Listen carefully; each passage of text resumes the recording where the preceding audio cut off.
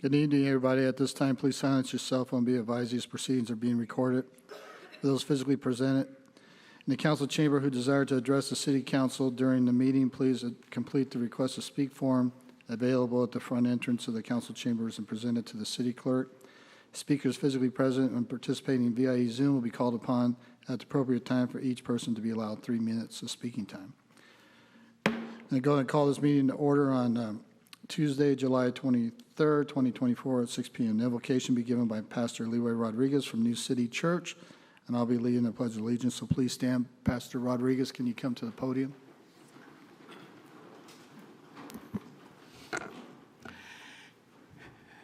Good evening. Let's pray. God Almighty, creator of heaven and earth, we come before you tonight, and we ask you to be in this place, that you will guide every council member, the mayor, every person that has to make a decision, that you will be in full control. We ask that you guide us, that you lead us, that you take this city of Grand Terrace where you would like it to be. Lord God Almighty, we're in your hands, and we give this time to you, that you may be our guest of honor. In Jesus' name, amen. Amen. Please join me in the pledge. The hand over your heart. Ready, begin. I pledge allegiance to the flag of the United States of America and to the republic for which it stands, one nation, under God, indivisible, with liberty and justice for all.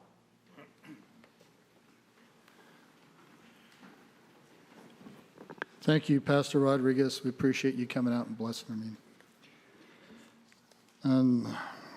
Madam City Clerk, can we have roll call, please? Councilmember Sabino. Present. Councilmember Henderson. Present.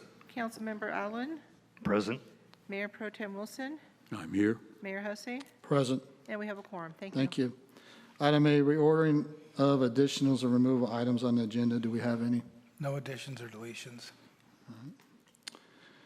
Item B, public comment. This is an opportunity for members of the public to comment on any item not appearing on the regular agenda because of restrictions contained in the California law, and the City Council may not discuss or act on any item not on the agenda, but may briefly respond to statements made or ask a question for clarification. The mayor may also request a brief response from staff to questions raised during the public comment, or may request the matter be agendized for a future meeting.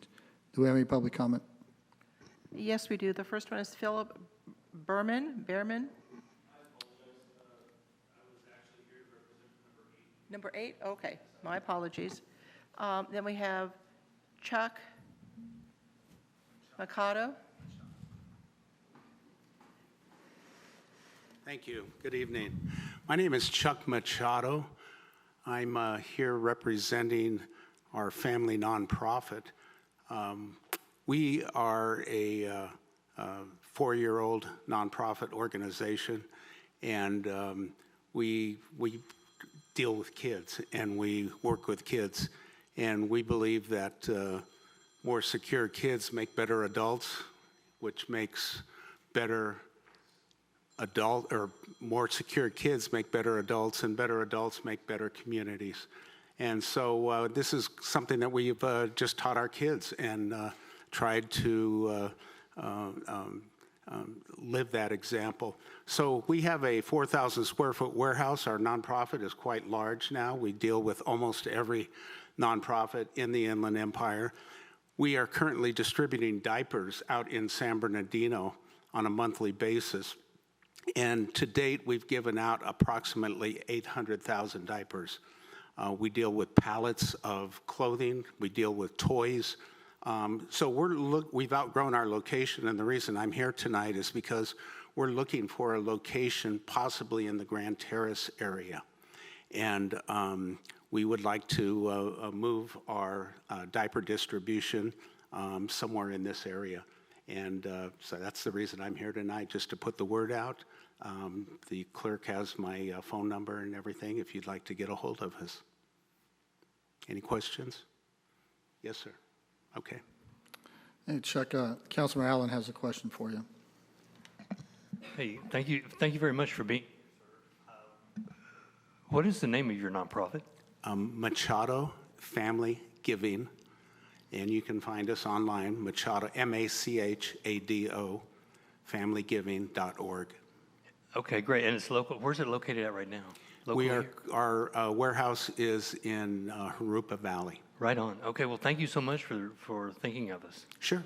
And Okay. welcome. Thank you. Thank you, Chuck. Yeah, and thank you for those diapers. You know, that's one of the most expensive things for raising children, but the city manager will give you information. Do we have any other public comment? No, sir. Okay, so we'll go ahead and close public comment this time. Special presentation, none. Consent calendar. The following consent calendar items are expected to be routine and non-controversial. They will be acted upon the city council at any one time without discussion. Any council member, staff member, or citizen may request removal of the item from the consent calendar for discussion. So do you have any public comment on the consent calendars? No, sir. Okay. Council, do you have any items you want to remove or talk about? Councilman Allen? Item 5. Okay, item 5. Anybody else? City manager? Do you have anything you want to remove or discuss? So item 5 for further discussion, do I have a motion for item 1 through 4? I'll move items 1 through 4. All right, do I have a second? Second. It's the little beeper going on. It's my hearing aid going off in my head, so. Deborah did that on purpose, too. She didn't tell you about you had to close the beeper. Okay, so I have a motion by Councilmember Allen, second by Councilwoman Savino. Please vote.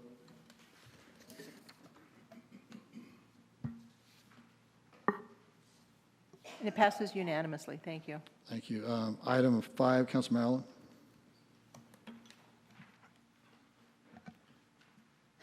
Thank you, Mayor. I wanted to ask the city manager about this item on packet page 31, which is, it's deep into the item, but on packet page 31, that it says that these funds can be, we could actually claim these funds for our own city if we chose to.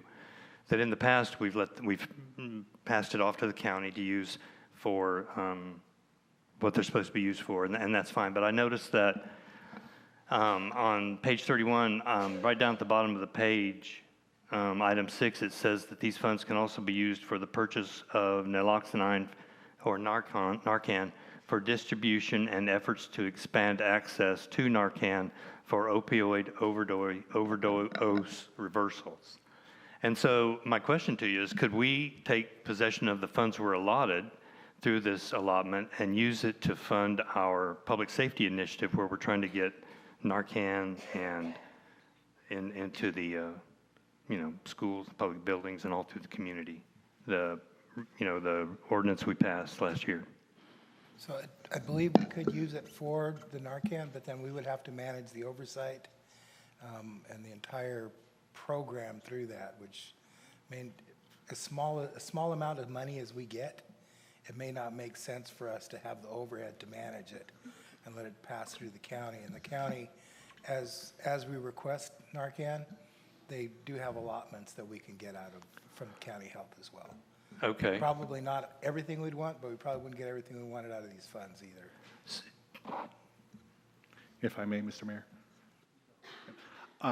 Yeah, the city manager is right on. When we brought this to the council a few years back, the main issue was balancing the amount of money that we're getting versus the time and expense of actually administering the program. And from what we're being told, or we were told back then, is that there's a lot of forms to fill out, a lot of administrative bureaucracy that goes along with it. And so most cities were just allocating the money to the county. Otherwise, it would go to the state, as I recall. Okay, and so, Ms. City Manager, I understand you correctly, that we get is it sort of like a credit we get with the county with that money? They say, okay, you're allotted this much, so you can have this much Narcan? I think it's even more casual than that. If we Okay. call them and say we want a certain amount, they're like COVID tests. Okay, They'll give us a certain amount. If we want, 500 units, probably not. But if we ask for 20 or 30 to be passing out and to get started on, Okay. They would deliver that. Well, that's why I wanted to ask about it. Thank you very much.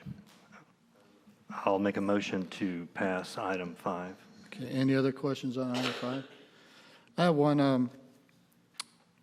Did this go through? I thought that this settlement was stalled in court. Did it finally move forward?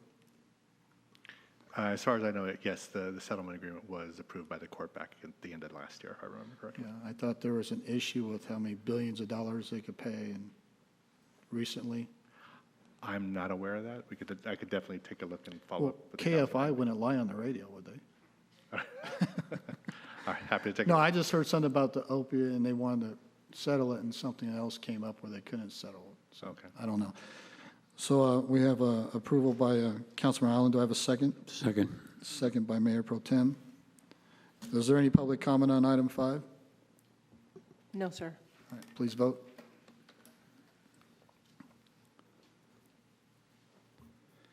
And it passes unanimously. Thank you. Thank you. Item E, public hearings. Public hearings, adoption of resolution ordering Levi and collection of assessments and approval agreements with the county for collections of assessments for 2024-2025 fiscal year landscape and lighting assessment district area 89-1, presented by Ms. Tillman. Good evening, Mayor, City Council. Shanita Tillman, Senior Management Analyst, Public Works. The staff report before you supports the following goal. Goal number 1, ensure our fiscal viability by ensuring appropriate cost recovery for services. In 1989, the City Council established the Landscape and Lighting Assessment District number 89-1, requiring developers to create an assessment district for maintenance. Since then, there have been 5 annexations totaling 7 tracts. Each year, an engineer's report is prepared based on the current fiscal year's expenditures to determine the maintenance costs for the upcoming assessment year. The following is an overview of the 7 tracts. Each slide includes the various costs with the maximum assessment. Staff recommends the maximum assessment to ensure full coverage of costs for maintaining the landscape and lighting district, preventing budget shortfalls. And zone number 1 is Canal, and there are 20 parcels. Zone number 2, Forest City Phase 2, there's 1 parcel. Zone 3, Oriole, there are 17 parcels. Zone 4, Greenbrier, there are 35 parcels. Zone 5, Palomino, there are 12 parcels. Zone 6, Jayden, there are 19 parcels. And lastly, Zone 7, Tesoro, Van Buren, and there are 19 parcels. The total proposed assessment for fiscal year 24-25 is $40,391.79. Staff recommends to conduct a public hearing, the adoption of a resolution approving the engineer's annual levy report and ordering the levy and collection of assessments. And lastly, approve the agreements for collection of special taxes, fees, and assessments for the district and city for fiscal year 24-25. And that concludes my report, if you have any questions. Does the council have any questions? None. Does we have any public comment on this? No, sir. Okay, no council questions, no public comment. Council have any deliberation before we ask for a movement? No? City Attorney, do you have anything to add? We have to open up the public hearing. Pardon? We have to open up the public hearing before we take a motion in a second. Okay, so we'll open the public hearing, and there's no comment, right? Yeah. So we'll close public hearing. Now we'll ask for a motion. Okay. Do I have a motion, anybody? I'll make a motion. Second. Okay, so we went past that part, so we have a motion by Mayor Pro Tem and a second by Councilwoman Savino. So any other things, City Attorney, before we take a vote? No, sir. Okay, sir. Thank you. Please vote.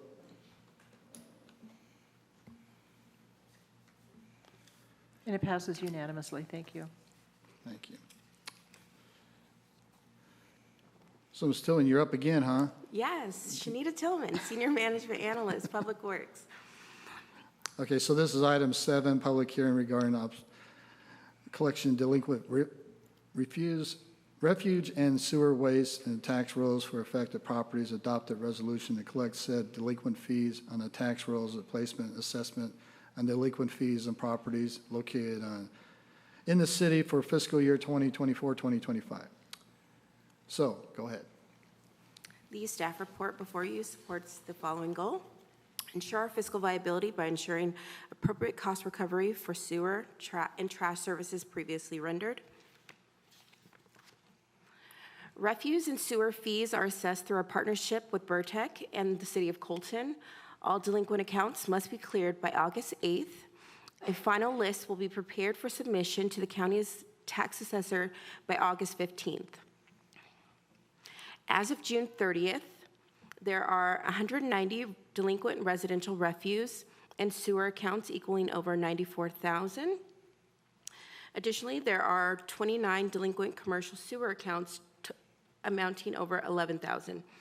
This year, there were more delinquent commercial accounts than the typical 10 accounts. Based on the report provided to the city, many of the accounts that were received notice, specifically 12 of the 29 accounts, did not have charges exceeding 1 month's worth of charges. Most of these accounts are expected to be cleared from the list.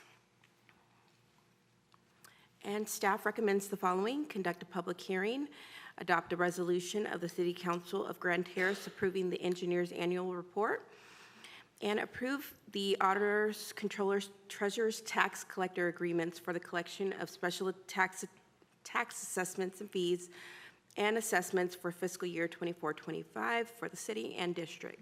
And that concludes my report, and I am open for any questions. Okay, so does the council have any questions for staff? I do. So when did you say that they're going to, how many days or do they have to clear this up, their delinquent fees? They have until August 8th to clear with Burtech and the City of Colton. Okay, and if they don't, it goes on their tax roll for a lien? That is correct. Are any of those properties rolled over from last year? No, all of those have already been cleared. So all of them have paid? Yes. What makes you think, what's the main problem? Did they not get the bill? Somebody stole the mail, or they just didn't pay the bill, or said maybe it'll just go away? I'm going to assume they're just unpaid accounts. So, okay. Yeah, because a couple of those places were pretty questionable, plus, you know, they were pretty high bills. There were a couple that are high, but it's not abnormal. There are typically a couple accounts each year that are higher than the others. So the check's in the mail, they're saying? I have experienced there are some people who have come in and they prefer it to go on the tax roll, and that's when they pay it. Okay, great. But the city's not obligated to any finances, right? Not to at pay all. this debt, okay. Okay, so no other questions. We'll open the public hearing, allow public testimony. Do we have any comments on? No, sir. So we'll go ahead and close public hearing. The council deliberates on the public hearing. The council have any deliberations for this item? None? City Attorney, you have anything to add? I did have one thing to add. I'm not sure if the city clerk forwarded that letter, some information from 2 property owners regarding several parcels. I can identify them. 22441 to 22451 Barton, 22473 to 22499 Barton, 22497 Barton, 22471 Barton, 22401 Barton, 22409 to 22417 Barton, 22419 to 22421 Barton, and 22455 to 22465 Barton. We received a communication indicating that the owners of those properties have filed notices of non-responsibility and are suggesting that the tenants are required for payment of the amounts due. We reviewed the matter, and technically the notices of non-responsibility would not apply in this instance. That's more consistent with mechanics liens and things of that sort. So while we received the letters, I mean, that would not change our position of adding them to the list. Ultimately, it is a landlord-tenant matter. And if they have an issue with the non-payment by the tenant, that would be something that they would have to address. So I just want to bring that to the council's attention. Okay. So can we take a motion and second now? So do I have a motion? Motion approval. Second. So I have a motion by the Mayor Pro Tem, a second by Councilmember Allen. Please vote. Councilmember Henderson, please vote. Sorry about that, Councilmember Henderson. And it passes unanimously. Thank you. Okay. So item 8, the Gateway Grand Terrace Pacific Plan Project Final Environmental Impact Report, State Clearinghouse, number 2021-02-0110, findings and fact statements of overriding consideration and migration monitoring and reporting program, ENV 17-10, General Plan Amendment 17-01, Pacific Plan 17-01, Zone Change 17-02, Zone Change Amendment 24-01, Development Agreement, Tentative Track Map 20501, 18-01. Scott? Thank you, Mayor. Council, public in attendance tonight. This item is the Gateway Grand Terrace Pacific Plan Project. It's made up of numerous entitlements. It's a rather large project with a lot of pieces, so I'll go through them individually tonight in this PowerPoint, so please bear with me. It's a little bit longer than normal. Regarding the discretionary approvals that are necessary for the specific plan before the council and the public tonight is we begin with the resolution certifying the final environmental impact report. That is State Clearinghouse number 20210201110. That's provided as Exhibit A to Attachment 1 of the agenda. And also we have the findings of fact and statement of overriding considerations, which is provided as Exhibit B to Attachment 1. There's also a mitigation monitoring and reporting program provided as Exhibit C to Attachment 1. The environmental impact report was prepared for this project in accordance with the CEQA guidelines and addressed the build-out of the specific plan in total. All future activities related to the specific plan will follow and must be examined for consistency with the environmental impact report to determine if additional environmental analysis is warranted. The second discretionary approval necessary for this would be a resolution approving the general plan amendment 17-01. The general plan amendment proposes to change the existing general plan land use designation for this portion of the city, which is currently mixed use, to the Gateway Grand Terrace Pacific Plan land use designation known as the GSP. It'll include land use designations within it, such as medium high-density residential, high-density residential, general commercial, park, open space, drainage facilities, utilities, roads. In addition, the project area would include utility and general commercial and open space overlays as well for various properties. And those are provided as Attachment 2, Exhibits A and B. The next in discretionary approval, it would be an ordinance approving the specific plan itself, which is known as specific plan number 17-01. That specific plan is referred to as the Gateway Grand Terrace Specific Plan. It proposes the adoption of the specific plan document establishing necessary plans, development standards, regulations, zoning, infrastructure requirements, design guidelines, and implementation programs on which subsequent project-related development activities, such as future implementing projects, are to be funded. It also is intended as a streamlined objective design standards ministerial review process in there, and also site and architectural review, grading permits, building permits, and any other permit actions applicable to this area will be consistent with the specific plan. That document is provided as Attachment 3, Exhibit A to the agenda report, and is dated July of 2024. The next one is an ordinance for approving Zone Change 17-02 and Zone Change Amendment 24-01. This is proposing to change the existing zones that cover this portion of the city from commercial manufacturing and industrial and restriction manufacturing to the new zone, which is called the Gateway Grand Terrace Specific Plan, GSP. It is broken down on the new updated land use and zoning map. We have Exhibits A and B on Attachment 4, which address both of those. The next discretionary approval we have tonight would be an ordinance approving a development agreement. Development and exchange agreements that are associated with this specific plan. They're proposed to identify the parties responsible for the construction of major infrastructure improvements within the specific plan area, phasing, scheduling of that development and infrastructure improvements, financial commitments for the construction of the infrastructure improvements, vesting of applicable code standards, vesting of development impact fees for a specified term, and appropriate extension metrics, and terms and conditions for the exchange of developer-owned land for the city property. And that's provided as Attachment 5, Exhibit A to the agenda staff report tonight. Lastly, Attachment 6 here is a resolution which would be approving tentative parcel map number 20501, also known as TTM 18-01.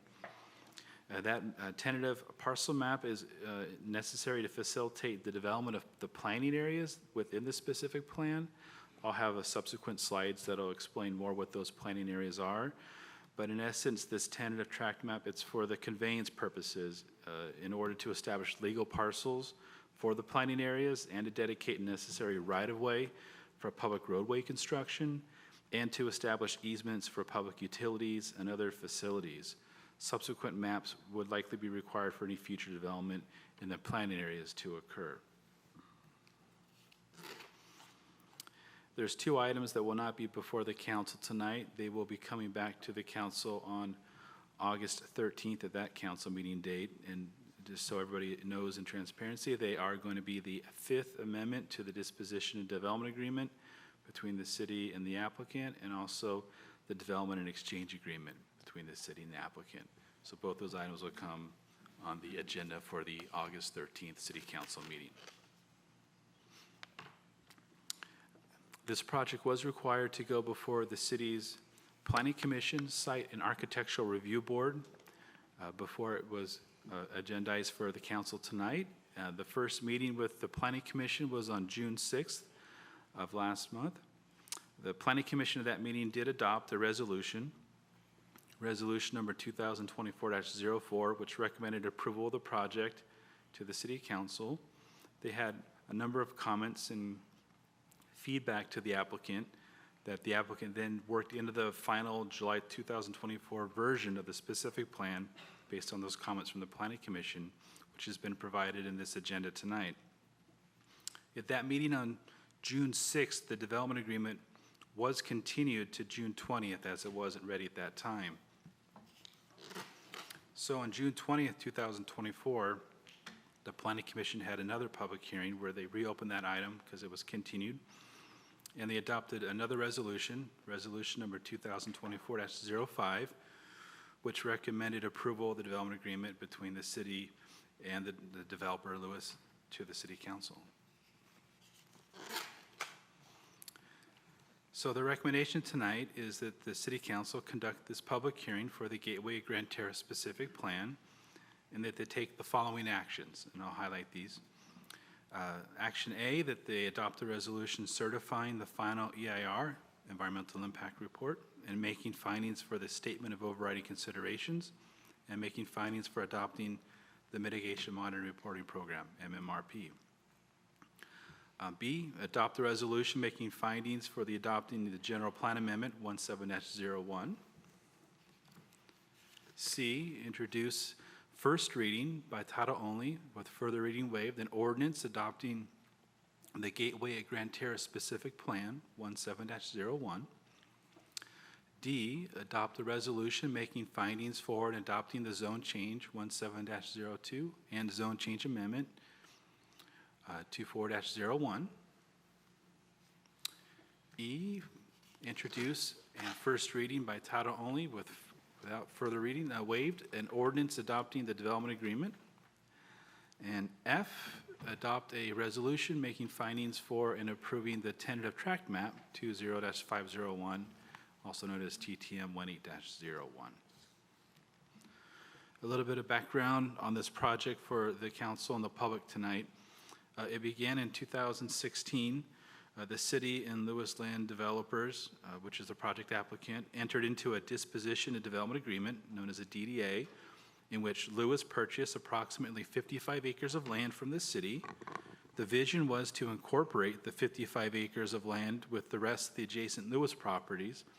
As a part of this DDA, Lewis agreed to prepare the Gateway Grand Terrace specific plan. In 2017, the city and Lewis entered into a memorandum of understanding, known as an MOU, identifying obligations of the parties relative to the street improvements, the storm drain improvements, fee credits, reimbursement, amongst other things. From 2017 to 2024, the Gateway specific plan was in a significant review process, and there was also the environmental review process, which culminated in June and July of this year with the project being brought forward to the Planning Commission and now the City Council.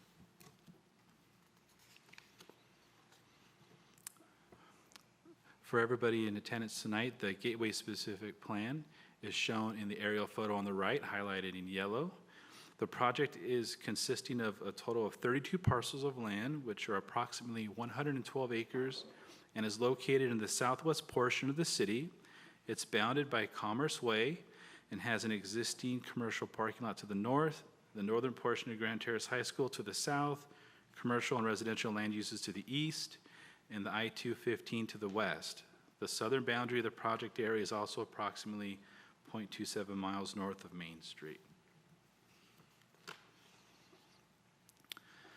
A specific plan, for those that don't know, it's a little bit different than our typical zoning code. In effect, it's a plan that's specifically adopted by the legislative body, in this case our city council, and it is intended to carry out the goals and objectives of the community's general plan with respect to commercial, office, industrial, and residential development. Specific plans provide comprehensive plans. They go kind of above and beyond normal zoning, so we can get more specific on the design and the standards for both land use, development regulations, design guidelines, development incentives, and other related actions. Sorry. The current land use map for the Gateway specific plan is highlighted here on the screen. This is a screenshot of our land use map. In 2010, the general plan was updated and it redesignated the project area, which makes up the specific plan area, as a mixed use land use on the map. The general plan land use element requires that all mixed use projects shall be required to submit a specific plan or a plan development.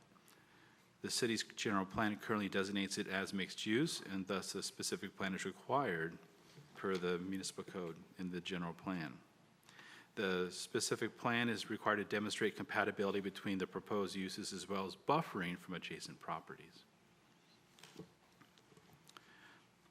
Although the existing mixed-use designation would allow for a variety of uses on a single site as proposed by the specific plan, a general plan amendment is required to accommodate the higher density residential developments, and thus a general plan amendment is being processed concurrently with the specific plan to implement the new general plan land use designation. And this is a snippet of the new land use map, and the entire specific plan area is now defined as the Gateway at Grand Terrace specific plan, known as GSP. And it will be amended so all existing land uses in that area will be consistent with the specific plan. Regarding the zoning map, the city's zoning sets the city's standards, guidelines, and procedures relating to the development and maintenance of all land uses within the city. The zoning code is intended to protect the physical, social, and economic stability of city, its residents, businesses, their property. It reduces or eliminates hazards to the public and enhances the city's physical, social, and economic advantages through comprehensive land use and resource planning. The existing zoning map, which has been screenshot on the screen here, is comprised of several different zones within the property area, most notably the commercial manufacturing zone, restricted manufacturing zone, the industrial zone. With the adoption of the specific plan, all these zones will be changed to the new zone, which is the Gateway at Grand Terrace specific plan GSP zone. And this will implement a horizontal mixed-use development of residential commercial as set forth within the specific plan document. On screen now is what the new proposed zoning map will look like with the zones of the specific plan implemented. And the specific plan will work in concert with our zoning code. It will provide additional zoning, development standards, and guidelines that have been tailored to the project site. While some of the city's existing zoning standards are utilized for certain aspects in the specific plan, such as permitted uses and parking, they have also been customized to the Gateway specific plan area. The Gateway specific plan will allow design flexibility to attain superior quality and excellence of design, sustainability, architecture, and amenities. Together, the Gateway specific plan zone and the Gateway specific plan land use, the plan policies, development standards, and design guidelines will provide the site-specific requirements for future development within a specific plan area. The Gateway specific plan zone includes residential development with a wide range of density between 4 to 20 units per acre, known as the R4-20 zone, the general commercial development zone, GC, park zone, open space zone, drainage facility zone, utilities, roads zone, and there'll be overlays as well for open space and utilities included. This project specific plan proposes for the future development of both residential, commercial, and public utilities, and public park and open space uses, including on and off-site infrastructure improvements such as a detention basin, roadway improvements, sewer, water, storm drain, dry utilities, all under the guidance of the proposed specific plan. There's approximately 43 acres of residential development, and 39 acres of that is gross and can be developed, and they anticipate up to 695 dwelling units could be achieved in those 39 acres. Approximately 25 acres of general commercial development are available, and they anticipate up to 335,700 square feet of commercial development within those 25 acres. Development and improvements of drainage facilities, utilities, and public streets will enhance the overall landscaping within the area, and a newly constructed park that includes a lighted baseball field with a tot lot playground are also proposed. There's also a 5-acre detention basin with an open space overlay placed upon it that'll handle not just the drainage for this specific plant area, but all the drainage from the upstream existing city development and future development. As I mentioned on the previous slide, there are 22 planning areas within the specific plan. It's divided up into those separate pieces. Those planning area boundaries are formed and delineated by property ownership, land use types, and physical characteristics, such as roads and detention basin. Each of the existing parcels has been assigned a planning area number and a designated use with maximum density and intensity. Each planning area shall be designed and developed in a comprehensive manner consistent with the development standards and design guidelines outlined in the specific plan. The Gateway Grand Terrace specific plan land use plan visualizes land uses within the specific plan. It is anticipated that as development occurs, some of these parcels may be consolidated and parcel boundaries may be redefined. So it's not set in stone, it's kind of a living document, and as things come across, there may be changes. Improvements include the extension of Commerce Way through the existing terminus point to Taylor Street. As a part of the Commerce Way extension, the existing Taylor Street portion will also be improved and widened all the way south to its connection at Main Street. And this is really, I'm sorry for the color here, but the legend shows all the different zones applied over the 22 planning areas. If you want to visualize it, and I'll show you shortly, the basically red portion is more of the commercial area, and then the orange is going to be the residential. It's kind of split there in the middle. The planning areas, and specifically planning areas 11, 12, 14, 15, 16, 19, and 20, those are the residential R4-20 zones. The maximum dwelling units that could theoretically fit there is 786 units, but they project 695 dwelling units due to the site constraints, roads, and infrastructure. As I mentioned, it encompasses approximately 43 acres of the specific plan, and they propose a range of housing product types, including duplexes, townhomes, detached small lot homes, attached or detached cluster, motor court homes, multifamily apartments as well. And again, the density range for this is from 4 units to 20 units per net acre.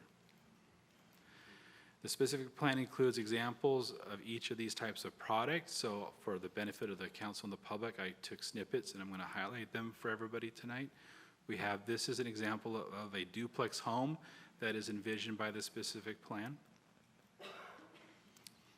We have example of stacked flat apartments here envisioned by the specific plan. Example of attached townhomes within the specific plan. We have example of small lot, single-family residences within the specific plan. Example of cluster homes. Example of a motor court home development type product. Examples of multifamily apartments. When it comes to commercial, those could be within planning areas 1, 2, 3, 4, 6, 7, 8, and 9. Overall, it could theoretically be developed with up to 455,050 square feet of commercial. It encompasses approximately 25 acres of the Gateway specific plan. And again, they project that they can actually develop up to 335,700 square feet due to constraints. The GC zone within the specific plan will serve as an enhanced continuation of the Barton Road specific plan, and it will be focusing on retail, personal services, office, and entertainment uses. Within the specific plan, they do have examples of commercial development as reference of what is envisioned. So for within the commercial areas, we have contemporary type designs, and we have more retail building examples. We have the agrarian style buildings and such. And the more Art Deco style buildings, and these are all directly from the specific plan itself, and these are what the specific plan standards strive to achieve, and these visually help convey that to those using the specific plan document. Aside from the residential and commercial developments, within planning areas 5, 10, 13, 17, 18, and 21, we have drainage facilities, utilities, and public streets. The drainage facilities are in planning areas 5 and 18, and the utilities are located in planning areas 10, 13, 17, and 21. We have additional open space and park. Those will be in planning areas 18 and 22. The detention basin, which is about 5 acres, 5.5 acres in size, is in planning area 18, and planning area 22 will include a lighted baseball field and a tot lot. There is a circulation plan, which is a key component of the specific plan, and its intent is to improve local circulation and provide for new development. As a part of the specific plan, the Commerce Way will be extended south from its existing terminus point to Taylor Street, and I've included the map straight from the specific plan showing the street improvements that will be envisioned as part of this project. The plan reinforces a pedestrian-friendly environment that includes new Class 2 on-street bike lanes, sidewalks and streets connecting the commercial area with the residential neighborhoods, parks and schools.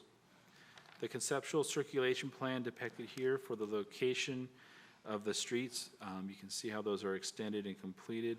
And additionally, public or private streets and alleys will be provided internally off the main arterials and collector streets within the future developments in those communities. And alignments of those streets and alleys will be established as a part of tentative map approval. The specific plan goes into depth and design and detail for what those built-out streets would look like. So this is an example taken directly from the specific plan document showing kind of the complete street side section, cross-section view where you can see the median, the lanes, you can also see the bike lanes, the landscape planter, and also the sidewalks with the trees and vegetation and canopy trees all planted in there. So that's just kind of a snippet for the type of right-of-ways you would anticipate within the specific plan area. Overall, the specific plan will be achieved through various phasing. Technically, there's 2 major phases described within the specific plan. Phase 1 is going to be the southern half, which is indicated here in the reddish color.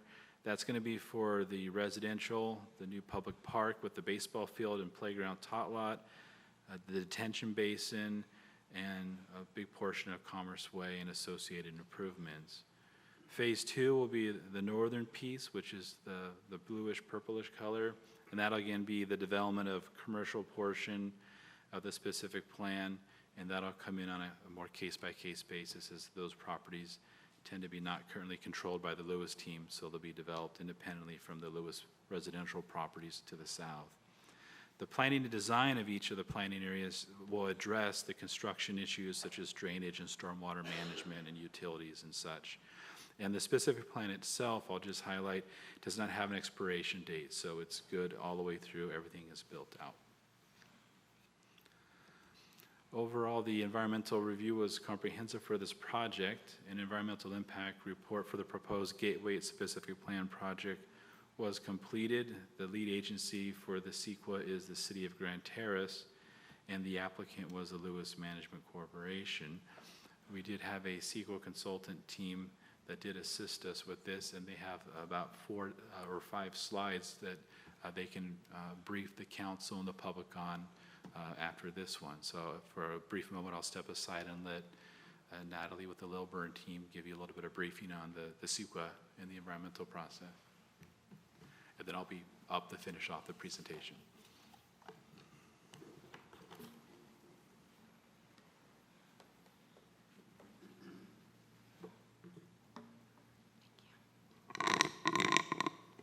Good evening, Mayor and City of Grand Terrace. I am Natalie Patty with Lilburn Corporation. I'm going to be presenting the environmental that was prepared for this specific plan. So an EIR was prepared, and it was a program EIR which focused on future development within the specific plan area in compliance with the California Environmental Quality Act, Section 15168. The EIR reviewed 18 resource areas for potential impacts associated with the future development.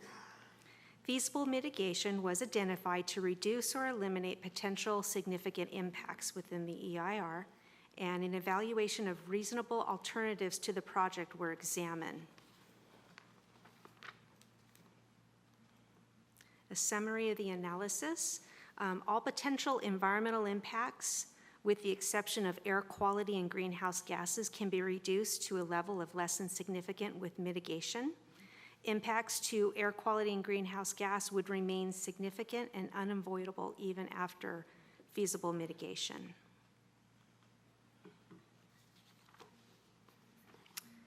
An EIR must identify an environmental superior alternative to the project. Alternatives evaluated for the Gateway specific plan included a no project alternative, meaning that no project would occur to date. It would remain as it is. Reduced retail by 20%, and then a no commercial alternative.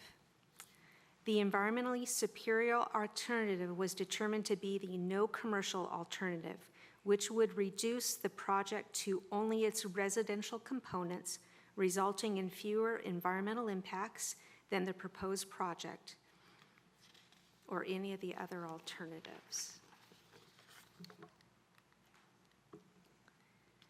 Cumulative significance were determined to occur for air quality and greenhouse gas. Therefore, a statement of overriding considerations was prepared for the project. In accordance with the CEQA guidelines, sections 15093, a statement of overriding considerations, and 1543, the city has balanced the economical, legal, social, technological, and other benefits of the project against its unavoidable environmental risk, and has determined that the unavoidable adverse impacts for air quality and greenhouse gas may be considered acceptable due to the benefits which outweigh the unavoidable impacts. Benefits for the project include creating local and regional employment opportunities, increasing housing, and improvements to the job housing related balance, attracting new businesses that can expedite the delivery of essential goods for the city and the community, improving infrastructure within the city and surrounding area, and creating a development near the freeway and roadways, reducing vehicles miles traveled. The project would also provide fair share contributions for future regional circulation improvements for the area.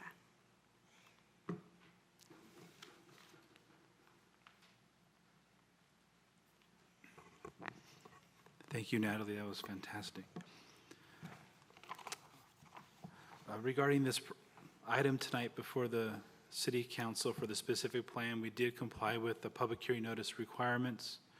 The project was published in compliance with the city's municipal code and the city's expanded public noticing and outreach policy, which included a 1,500-foot notification in all directions from the 112 acres.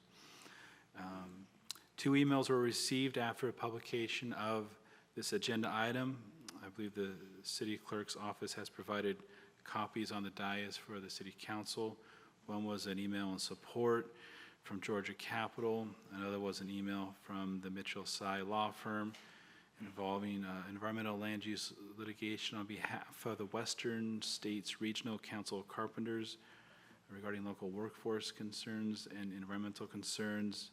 It's a letter that's similar to the one received around the time of the Planning Commission, which is attached, is attachment 9 to your agenda staff report, which also has a response attached to it from the city and the applicant. As I wrap up this presentation, I just want to note that the proposed gateway at Grand Terrace specific plan will be consistent with the City of Grand Terrace's municipal code, its objective design standards and zoning contained within. The project site would be designated specific plan on the general plan land use map. The specific plan is used to provide more detailed regulatory guidance for special areas or large developments within the city, which what this is. The Gateway at Grand Terrace specific plan designation would provide detailed policies, standards, and criteria for all future development within the specific plan area, which is 112 acres. The Gateway Grand Terrace specific plan would establish a policy environment that would promote the infill and comprehensive development of the area, along with serving local businesses, amenities, and urban living opportunities, while remedying the underutilized parcels within the area. The specific plan would promote strategic growth throughout the specific plan area, and that would be through the inclusion of mixed-use developments along the I-215 corridor, and the streamlining of environmental review and implementing projects. The proposed Gateway Grand Terrace specific plan will not be detrimental to the health, safety, morals, comfort, or general welfare of the persons residing or working within the City of Grand Terrace. That concludes my presentation on this item tonight for the council and public. I'll note that we do have representatives from the applicant, Lewis. Their team is here tonight, and I believe Adam with Lewis will also have a brief presentation he would like to share with the public and the council, speaking to this project and the company itself. So, thank you. Thanks. Does the council have any questions? Staff? None? Councilman Henderson?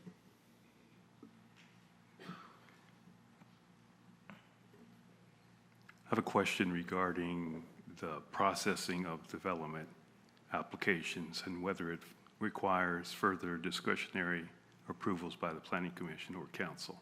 So if I'm an applicant and I submit an application and you find it consistent with the specific plan and consistent with the city general plan, and I agree to carry out conditions that are in the mitigation monitoring program, would I be eligible for ministerial or administrative approval rather than a discretionary approval? That's a very good question.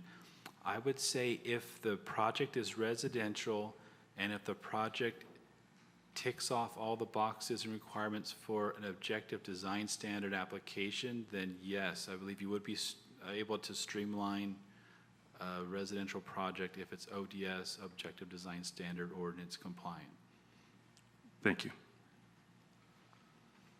Councilman Allen? Thank you, Mayor. Thank you for that quite detailed presentation. It's very exciting. Hey, running down through the, along the edge of the property near the freeway is a canal. And is that canal going to be affected? or is there any attention going to be paid to that small canal? And also that, I think there's what do they call, like a riparian area or something where there's some trees and stuff. I think you know where I'm talking about. Yeah, my understanding is there, a large effort went into, on the applicant developer's behalf, to avoid the canal. There was requirements that they could not drain into it. So extra care was given to review the drainage for the overall specific planning area and make sure everything went into the retention basin and canal was not impacted by their specific plan or future development efforts. Okay, and that little low area that's over near where the canals go, that's where all the trees are and stuff, where the water collects, is that unaffected also? I believe only the canal was avoided. All the other areas are, I believe, going to be set aside for some sort of planning area activity development. Okay, thank you. Any other council questions? Mayor Pro Tem? Can you tell me how deep the retention basin is? I believe off the top of my head, it's around 20 or 25 feet deep at a 3-to-1 slope from the bottom to the ridge. How deep? I didn't hear it. I believe it's around 20 to 25 feet deep. I believe it can hold water up to around 4-foot or 5-foot mark before it starts to go through a little spillway area, if I understand how it functions properly. Thank you. Councilmember Henderson? Thank you, Mr. Mayor. 2 quick questions. There's a discussion about elimination of the sidewalk, the western sidewalk on Commerce Way, and there's also a brief mention of the potential vacation of DeBerry. I was just wondering if you could explain what would trigger one or the other or not. I believe when it comes to the public right-of-way throughout the area, there's certain pinch points. So my understanding is they're trying to fit both the road and then also the sidewalks and bike lanes in there as well. So some areas it gets too narrow. I believe the applicant's team would be able to give a little more specific details to the council members on what sections and what those spots are. But those are the challenges. I know when we had the Planning Commission review in June, their concerns were that, plus also making sure that we have adequate bike access throughout the specific plan and making sure that all efforts as possible were able to go into getting bike lanes through. But that did come up that some areas might get too narrow in certain little pinch points. But I would defer we bring up the applicant's team to kind of really get into the details on that. Thank you, Mr. Hutter. Any other questions for staff? No? All right. Thank you, Scott. So we'll open the public hearing to allow public testimony in favor or against the public hearing item. Madam City Clerk, do we have any public requests Yes, to we speak? do. We have 4 speakers. The first, David Blenarski.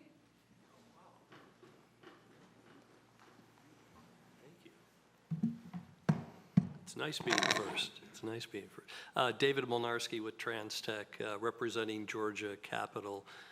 They're the owners of the 8.5 acres at the existing southerly terminus of Commerce Way. And I believe the city clerk passed out their letter in support of this process, all of the staff's recommendations. And on a personal note, I just want to add that it must be exciting to have Lewis Land Company in your city doing a project of this nature. It's going to change a lot of the components in your community, I believe, not only from the housing, but the infrastructure and all of the other financial impacts that'll be brought forward by both the short-term and long-term employment jobs, and hopefully the disposable income that's going to end up helping fuel your community and some of your needs here in the city. So Georgia Capital, I mean, they're located in Atlanta, so they wanted me to just come here tonight and just express their full support and to thank staff and to thank the mayor and council for the leadership in bringing this project forward. So thank you very much. Thank you, sir. The next is Julie Liu.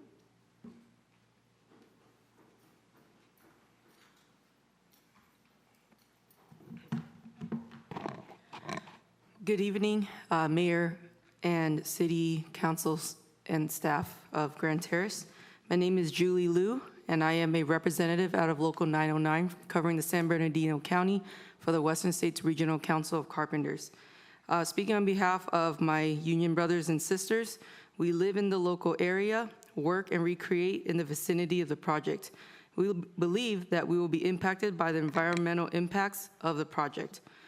The city should require the project to be built with contractors that will hire locally, pay prevailing wage, and utilize apprentices from a state-certified apprenticeship training program such as ours. The workforce requirements reduce construction-related environmental impacts while benefiting the local economy and workforce development. We would also like to emphasize this point. In a recent 2020 report titled Putting California on the High Road, a Jobs and Climate Action Plan for 2030, the California Workforce Development Board concluded that investments in growing, diversifying, and upscaling California's workforce can positively affect returns on climate mitigation efforts. We appreciate your time. We appreciate you guys considering that. Thank you. Thank you. The next would be Eddie Campos.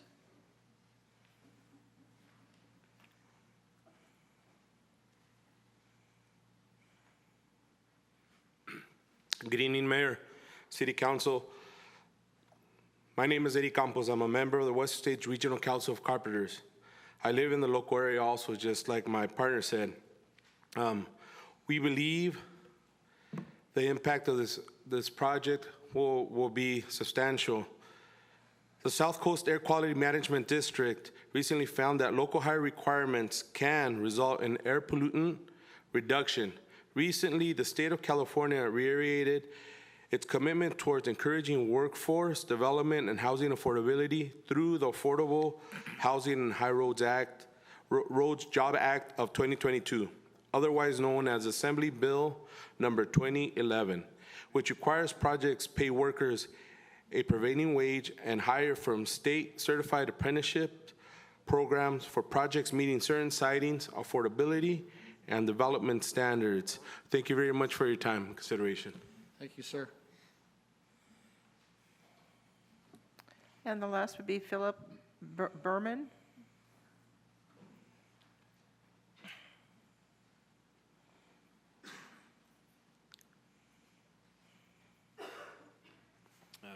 Good evening, Mayor, City Council. My name is Philip Bierman. I am here as both a resident of Grand Terrace and as a representative of PSG, California, aka Wilden Pump. We're a global manufacturing company located on Van Buren Street at the very end. And I would like to take this opportunity to speak about the proposed land development project. I have been a proud member of Grand Terrace for 22 years. I have worked at PSG, California for 14 years. As a resident, I'm excited about the new development and the potential to enhance our community. It promises new opportunity, amenities, and a boost of the local economy. However, though, as a representative of PSG, I must express some concerns about safety. The development might impact on our operations and the safety of our employees.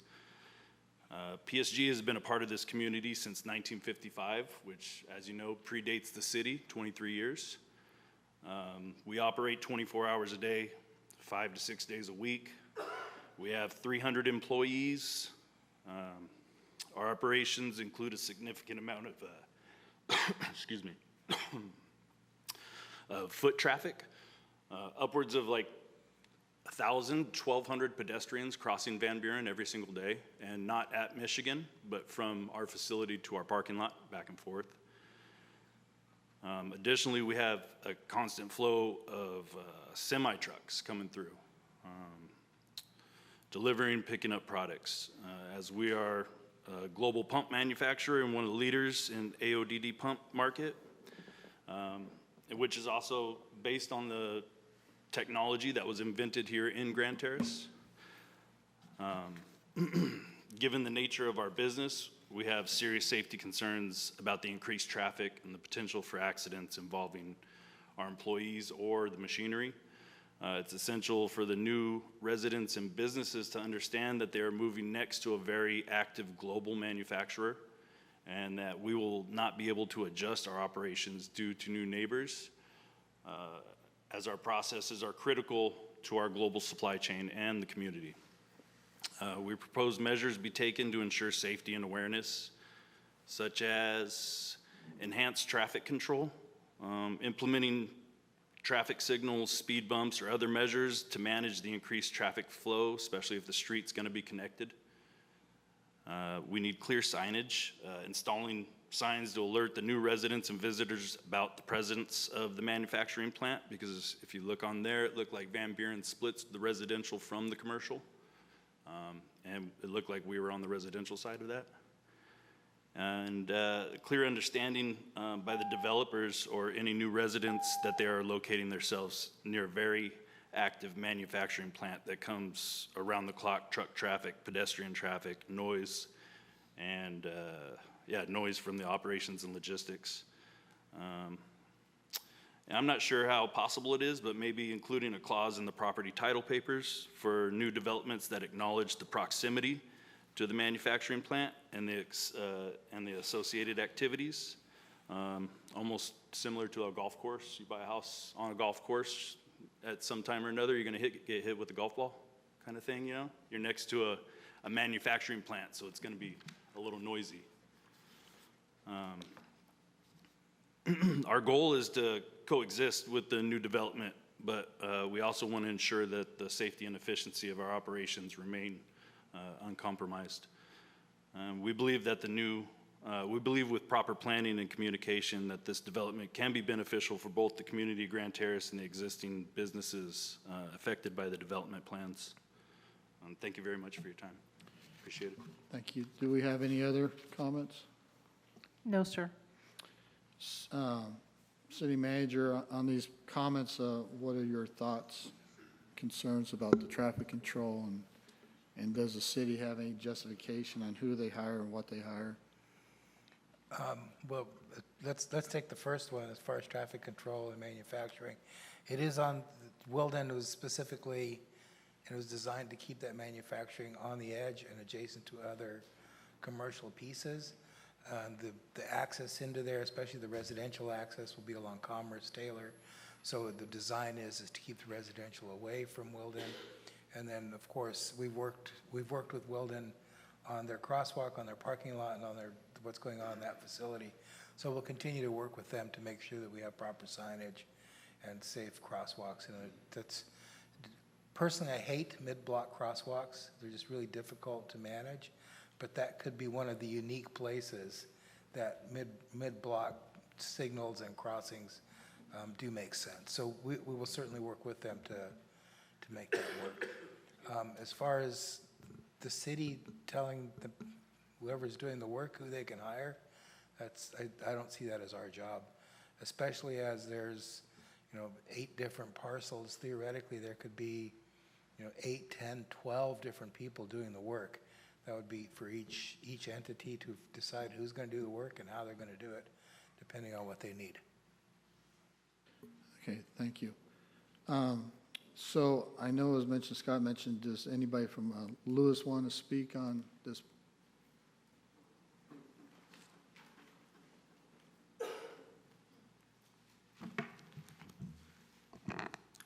Good evening, Mayor Hussey, fellow council members. My name is Adam Collier. I'm a vice president with the Planned Communities Division of Lewis. I appreciate the opportunity to be here tonight. It's obviously been a number of years since we've been working on this. A lot of challenges to work through, a lot of issues, but we're very proud to be here tonight and look forward to advancing this important project for the city and really making a statement for the gateway for the entry to this community and really starting this fresh. So that being said, I'm going to keep my presentation brief. Mr. Hutter did an excellent job, very thorough. I just want to highlight a few additional aspects, but again, I don't want to take up too much of our time. I'd rather focus on if you have additional questions or comments. Happy to address concerns and what we can do. I know Conrad had some great answers to start, but I think there's some really good solutions that we've dealt with on similar challenges with adjacent owners that have been there, deserve the respect and the operation that they need to continue, and how we handle that. So happy to talk, and again, really respect what you've done with that company and how long you guys have been here. So that's critical. So that being said, this company started in 1955 in the San Gabriel Valley as a small home builder. And before I go further, I did want to introduce one important gentleman who bears the Lewis name who's here tonight. Mr. Randall Lewis would like to say a few words before I commence my full presentation. So with that.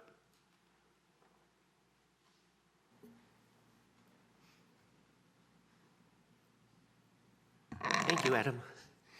Mr. Mayor, thank you. City Council, thank you very much. It's been a long journey. We are thrilled to be here, as Adam said. I want to thank the council, Planning Commission, staff, and the community for all the feedback we have gotten over the last 8 years. This development has taken a lot of twists and turns, but with the feedback we've gotten, it gets better and better.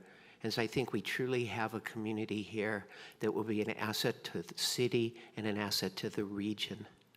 We are thrilled to be here tonight.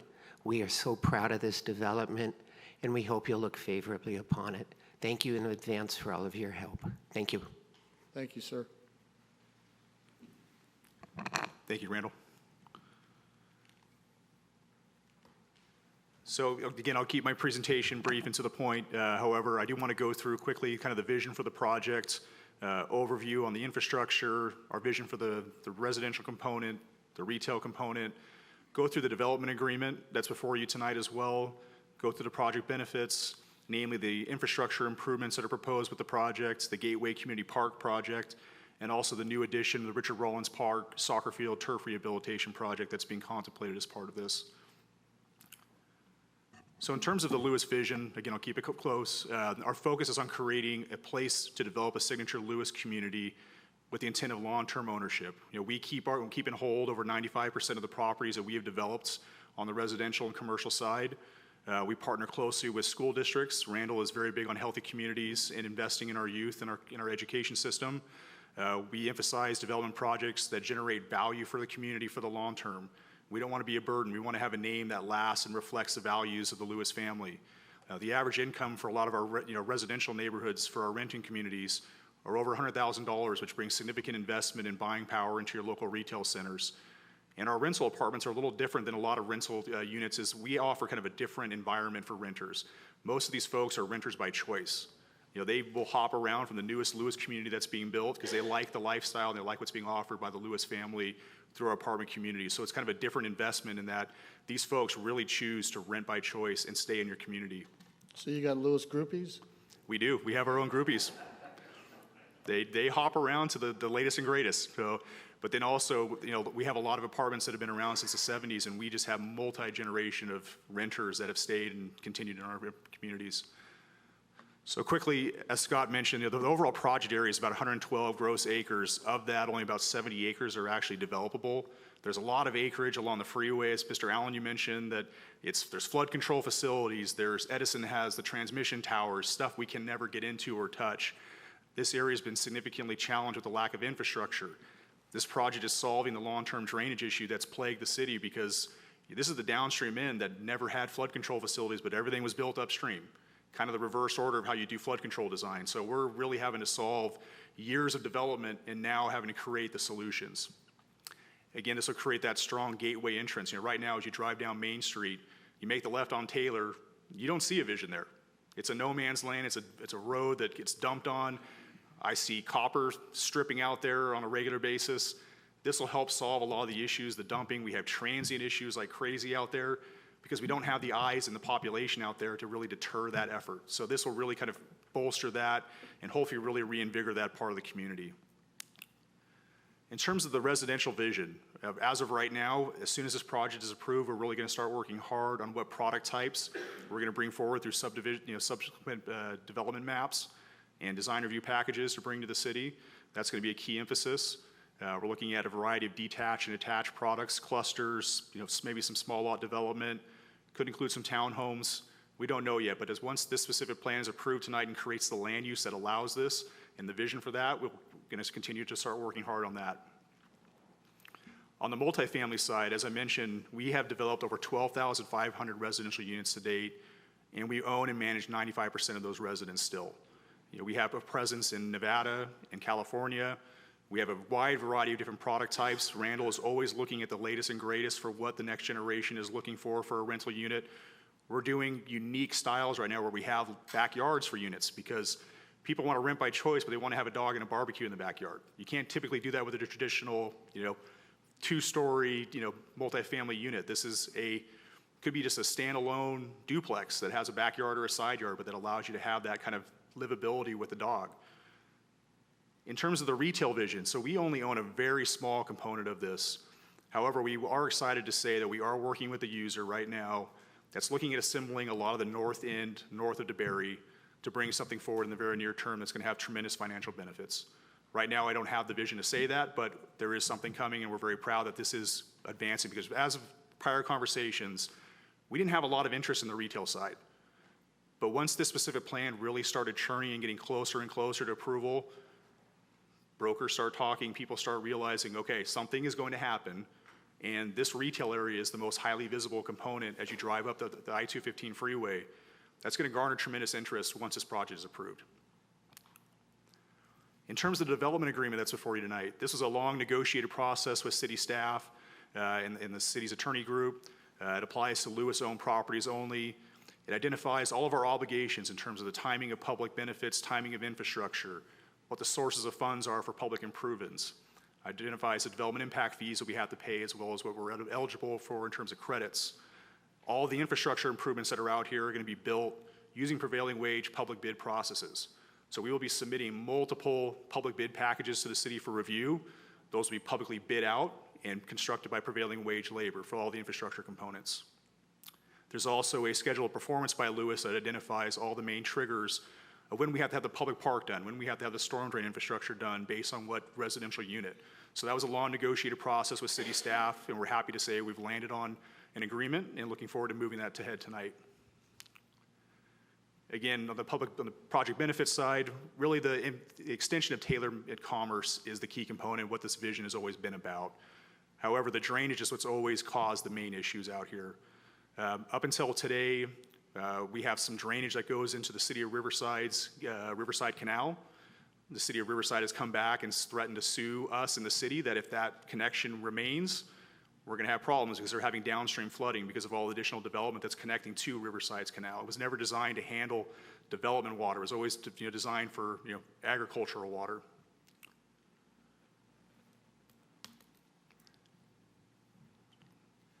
This is the one component that I'm really excited about. Some of you may know I'm a Little League president in the city of Upland. I've been working with Grand Terrace Little League on this park and the design for this Little League field. By the way, if you follow Grand Terrace's All-Stars, they had an excellent season. So you may be having some banners coming in here soon to take some photos, but you should be proud of what they did this year. Oh, yes. Yeah. So what we're proposing here, as you know, that Little League kind of got short-ended with their new field that was built by the high school. This brings in a new Little League standard field with lights, snack bar, park, barbecues, and it provides a great connection from the existing Veterans Freedom Park through a Paseo that's lighted all the way down to this new park. So for context, the red is the new location, so you have that kind of large square. That'll be adjacent to the new Taylor extension / Commerce Way, we'll call it. And that pedestrian Paseo is through the Edison corridor, those transmission poles. You see those H kind of shaped poles that run through the city.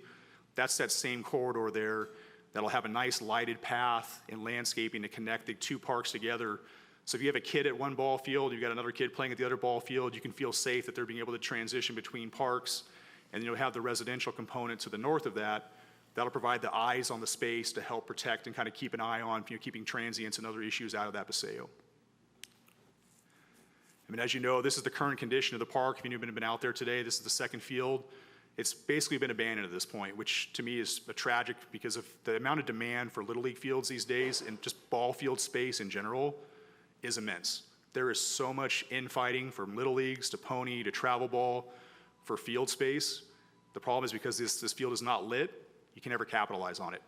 Families that are working do not get home in time in the winter or the fall to be able to play baseball on an unlit field. That's just a reality of today's world with dual working parents. If you have an unlit baseball field, it's never going to get used. It's going to turn into this. So by bringing in a lit baseball field, it's going to garner more development and interest in Little League. And again, that's my little sidebar. That's my favorite part of this project, aside from moving this project forward. One other component that was negotiated with the city as part of the project was the Richard Rollins soccer field, this part of the park. The turf is in pretty poor shape. It's not as bad as it was 6-9 months ago when we first started having this conversation.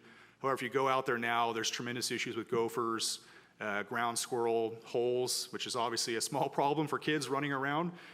We don't want to see ankles getting broken or twisted. There's a lot of weeds that have invaded into the turf. It's not a level field right now.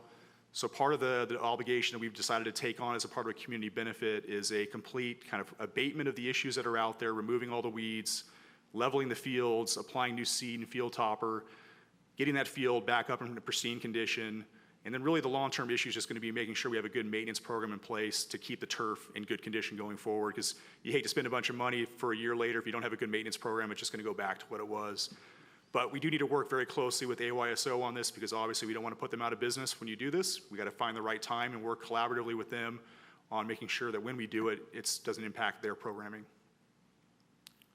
So just some current pictures. So with that, if there's any questions or comments, I will quickly address the Wilden Pump kind of concern. We do have a lot of experience in working adjacent to 24-hour operations. We did the Myra Way project. Some of you may be familiar with the Con Fire facility, County Emergency Services office there, Myra Way, next to the former Rialto Municipal Airport. We built that entire development that's out there. That's a 24-hour operation that we cannot impact for obvious reasons. County EOS cannot go down. The sheriff's dispatch is out of there. We had to protect them 24/7, 365. So I envision the same exact thing for you all, is they also had parking issues across the street as well. So we had to navigate construction scheduling, phasing of the improvements to make sure that you were able to stay open 24/7, but also providing the safety of your employees. So we are happy to work with you going forward and making sure that you guys are protected. And if we need to work on, a homeowner's disclosure as part of their buyer's awareness, that's something we're happy to work with you on as well. So with that, if there's any questions or comments, I'm happy to answer them. Well, thank you, sir. Does the council have any questions? Councilman Henderson. Just a point of clarification, not to pat myself on the back, but I met with Randall Lewis and a former Lewis employee,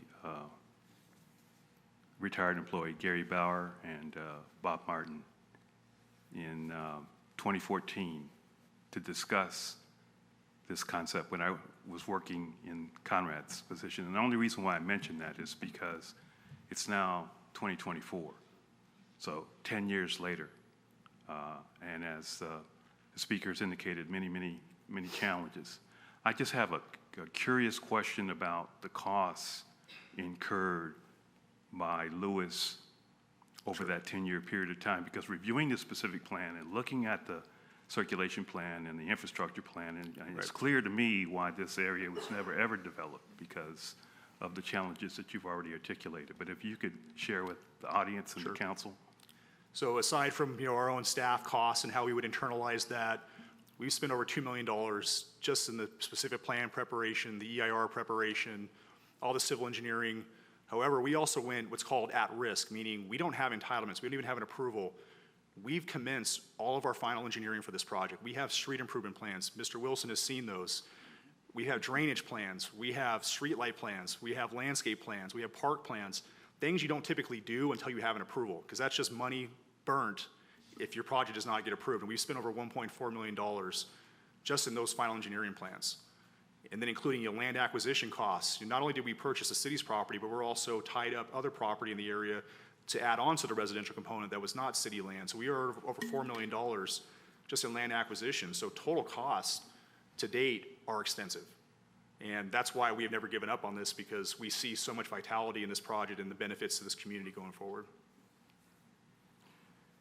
Well, thank you for that. I think I counted up about $7.9 million that you've incurred. And I bring that up only because I think it's important for the council and the community in particular to understand and appreciate the level of commitment to Grand Terrace and to this project. And as the speaker has indicated, with no guarantee that those costs are going to be recovered without the necessary approvals.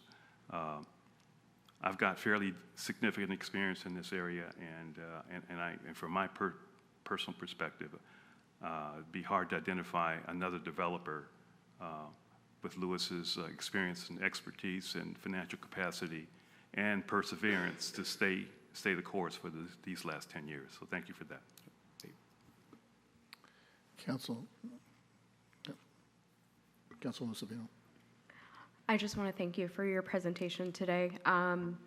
And just in my short time being on, and to staff and everyone for bringing me up to speed on the project, I'm excited about the project, and I thank you, and I echo the sentiments of Councilman Henderson, the time that you've taken and the care to kind of just stick with us and move through this with us. As a mom of a young child, just having the thought that you've put into it to make sure that families can continue to thrive here, and we have that community space that you've put thought into that, because that's important to Grand Terrace. And so I just wanted to say thank you. Thank you. Mayor Pro Tem? Oh, well, I'd just like to thank you for your patience. You've hung in there all the way through, and you created some creative solutions, as well as figured out how the whole marketing thing is going to fit. Right. And it's not easy in these days to make things pencil. Right. Right. And you certainly worked it over and got there, and so that's terrific. Everybody that's been involved, everybody that is either still involved or may have been involved in the past. Thank you. Thank you, sir. Councilman Allen, you have it. Sure. I'd like to say congratulations. Job well done so far, and I'm really excited. We all are. I've always championed this project as being the engine that will drive the city forward, comfortably. And I'm really looking forward to that spade in the dirt. Yep. Thank you, sir. Well, we haven't voted on it yet, so. I can still say thank you. We could pull a monkey out, just. My mom always taught me to say thank you to a compliment, so. But, speaking of comments, it seems like yesterday when we had that cake in here that we ate, to start this, I don't know if I'm still digesting it or something, but it seems, man, time flies. It flies, but then it goes slow. Right. And, the government, slow moving well, because you have the sequel, you have other stuff. Right. It's check and balances, so basically so nobody gets sued, nobody gets hurt. The storm drain issues. I mean, this council as a body is, asking the federal and the state government for help on that. We don't have the money to do that infrastructure. It's, so, fighting with the courts and, the water, because irrigation, and that's one of our main subjects with the federal government, say, hey, this is drinking water for somebody. Right. We want to keep this clean. And then doing with the little leagues, I remember it was promised, we had a really nice ball field, and it was promised that we were going to get to use the high school, but the high school is priority. And then when they took the lights, my question, where'd the lights go? Nobody knows where the lights went. Right. So, and it is hard, because I used to coach. The only reason why these kids are doing really well now, because I'm not coaching anymore, so that's why. But, and Mr. Randall, Mr. Lewis, I met him, just a humble person, down to earth, family man of God. It's just, it's always an honor to talk to Randall, on meetings and stuff. And we just kept saying, we're just going to keep moving. We're just going to keep moving. And, so I appreciate, our conversations and talking and stuff. And you bringing this future for Grand Terrace. I know we haven't voted on it yet, but, this is the future of Grand Terrace. This is the jewel. Grand Terrace is the first city for the San Bernardino County. We are the gateway. So we can start that gateway. Instead of seeing the property with tagging on it and, trash over there and, dead weeds and stuff, we'll have a nice project so people could come in here and be, proud of our county and our city. And we're going to be proud. And, this is the future for our city. We got some stuff on the ballots, and, hopefully this will just make the city, we're a close-knit city. It's a small bedroom community, but it's just going to make, more things for us to come. And, that old saying, when they build, they will come. And, the commerce and stuff, I don't know what commercial will be going in there, but, I'm just glad you guys didn't show what the inside looked like, because my wife would want to remodel again. So thank God you guys didn't show those floors and everything. So, but thank you for everything, and thank you for your patience, and thank the staff, Conrad, and our city, our planning commissions, and, the city staff and all this, work, doing all this. So without that, do we have any other public comments on here? No, sir. So we'll go ahead and close the public hearing and, council deliberate. After the public hearing, do we have any other comments on council? None? Councilman Allen? I was just prepared to make a motion Okay. We have a motion. for all of the recommended. Okay. Oh, city Second. attorney? Yeah, the city attorney's got to, Yes, given the magnitude of this project, I'd actually recommend doing a separate motion for each action. And I'm happy to read the motion, and then somebody can motion it and second it, if that's agreeable to the council. yeah, that's fine. Are you going to charge us extra for this? Triple. Okay. No. You know, we got your evaluation after this. We can I easily know. change it. He's Oh, an don't worry. attorney that Conrad's got it in charges the by the circular word. file. All right, so with the approval of the council, I'll go ahead and move forward. So we're going to have 1, 2, 3, 4, 5, 6 separate motions.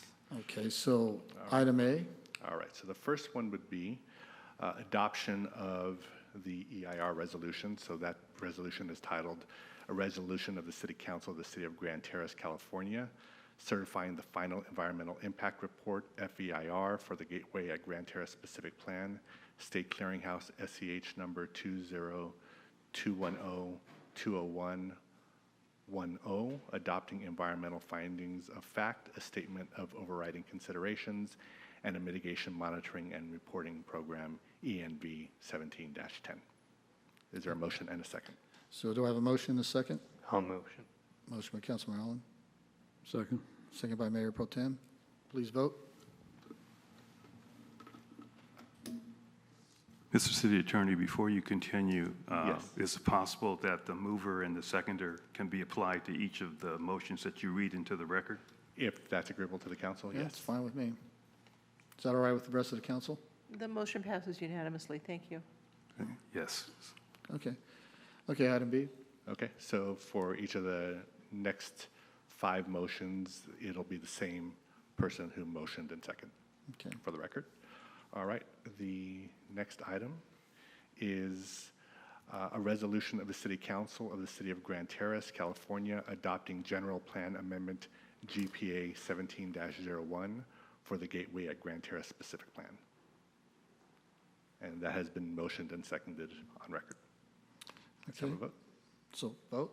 Yes. Please vote.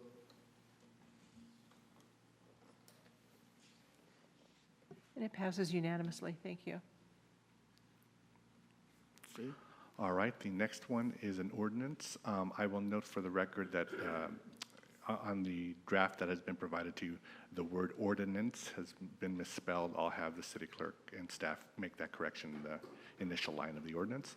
So for this item, the motion would be to read by title only, waive reading of, and introduce the following ordinance: an ordinance of the City Council of the City of Grand Terrace, California, adopting specific plan SP 17-01 for the Gateway at Grand Terrace Specific Plan. And again, for the record, that has already been motioned and seconded. Please vote. It passes unanimously. Thank you.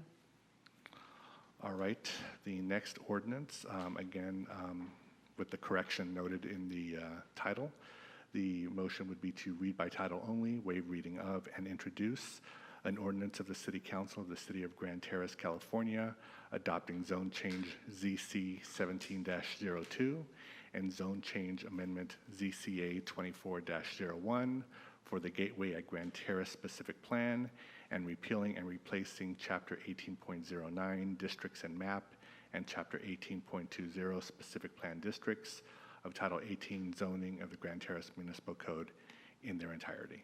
And for the record, that has been motioned and seconded. Please vote. It passes unanimously. Thank you. All right, the next ordinance, again, we'll have the correction in the title to the word ordinance. With that, the motion would be to read by title only, waive reading of, and introduce an ordinance of the City Council of the City of Grand Terrace, California, approving the development agreement by and between the City of Grand Terrace and Lewis Land Developers, LLC, a Delaware limited liability company, pursuant to Article 2.5 of Chapter 4 of Division 1 of Title 7, Section 65864 through 65869.5 of the Government Code, and Article 11, Section 2 of the California Constitution for the Gateway at Grand Terrace Specific Plan. Again, for the record, that has been motioned and seconded, so we're ready for a vote. Please vote. And it passes unanimously. Thank you. All right, I think this is the last one finally, yes. Okay, so this one is adoption of a resolution of the City Council of the City of Grand Terrace, California, approving tentative track map number 20501 18-01 for a 55.01 acre site for conveyance purposes within the Gateway at Grand Terrace specific plan. And again, that for the record, that has been motioned and seconded, so we're ready for a vote. Please vote. And it passes unanimously. Thank you. And Mr. Mayor, I will note for the council, so each of the ordinances are being introduced tonight.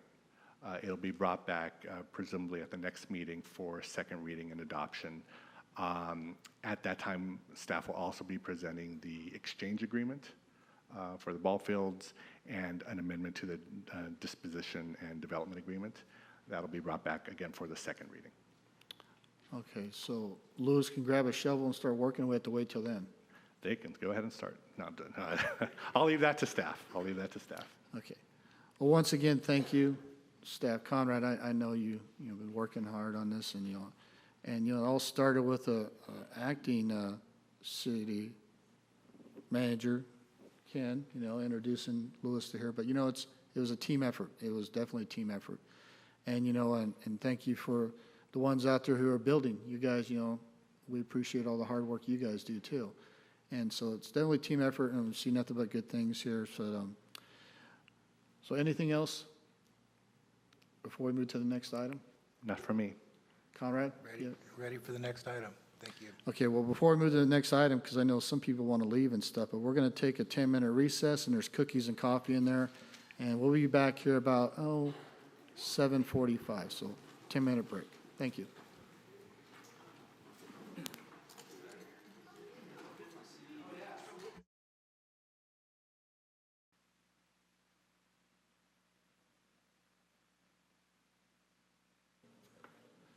All right. Well, we took a little bit longer. Sorry, Scott. You get paid by the hour, so we'll go ahead and reconvene this. All right, sir. What are we on? Item F, unfinished business. So item 9. Thank you, Mayor, members of the council and public in attendance and watching tonight. This is the continued from July 9th City Council public hearing. It's for the introduction and first read of an ordinance approving zone change amendment 24-03.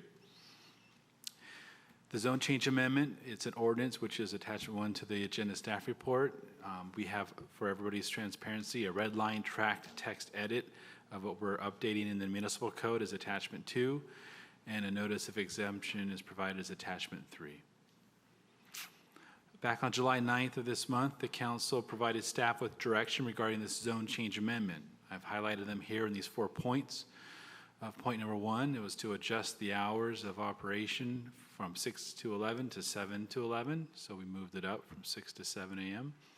To adjust the dimension of 301 feet for non-residential land use to operate 24/7 from a residential land use. That has been shifted to 501 feet to be consistent with our notification requirements. 3, add a robust definition for congregate living health facility, CLHF.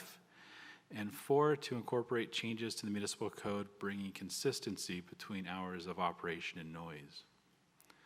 Regarding the hours of operation of 6 to 11 to 7 to 11, those have been updated. As you can see here, I've shown the changes in red numbers. So 7 is now implemented along with the 500 feet instead of 300 feet. So that's been worked into the zone change amendment. As you know, the congregate state licensed living health facility that's being introduced as a conditionally permitted use in multifamily zones. The city council had a concern that we needed to make sure we're very clear about what that was for the benefit of the community and staff. So we went to the state of California Health and Safety Code for a definition. It's rather verbose. I've taken a screenshot of where that is now. It's now a footnote in the table. So we have a complete definition for a congregate living health facility, and it goes into very specific detail as far as how that works with the state and their terminally ill people and how many beds there can be. Regarding noise and hours, we did look at the municipal code with the help of our intern team, and we came across at least 17 plus sections across several titles and chapters in municipal code. So gauging how much we came across in our research, staff is requesting the opportunity to roll that into a separate exercise as a new zone change amendment, as it's so verbose. Adding it to this one would be a little too complex. And also we need to make sure we have enough time to properly have consistency. So we're requesting and can commit to within 90 days, we'll come back with a noticed zone change amendment directly to the city council to address the noise and the hours issues as it's spread across multiple chapters and titles in the municipal code. With that said, staff would propose that the city council take the following actions, which are to introduce the ordinance approving the zone change amendment 24-03, and then also to direct planning staff, myself, and the assistant planner to bring back directly to the city council within 90 days a zone change amendment that will address comprehensively the hours and noise related activities for consistency. Thank you for your consideration. That concludes my presentation, and I'm available for any comments or questions that the city council or public may have.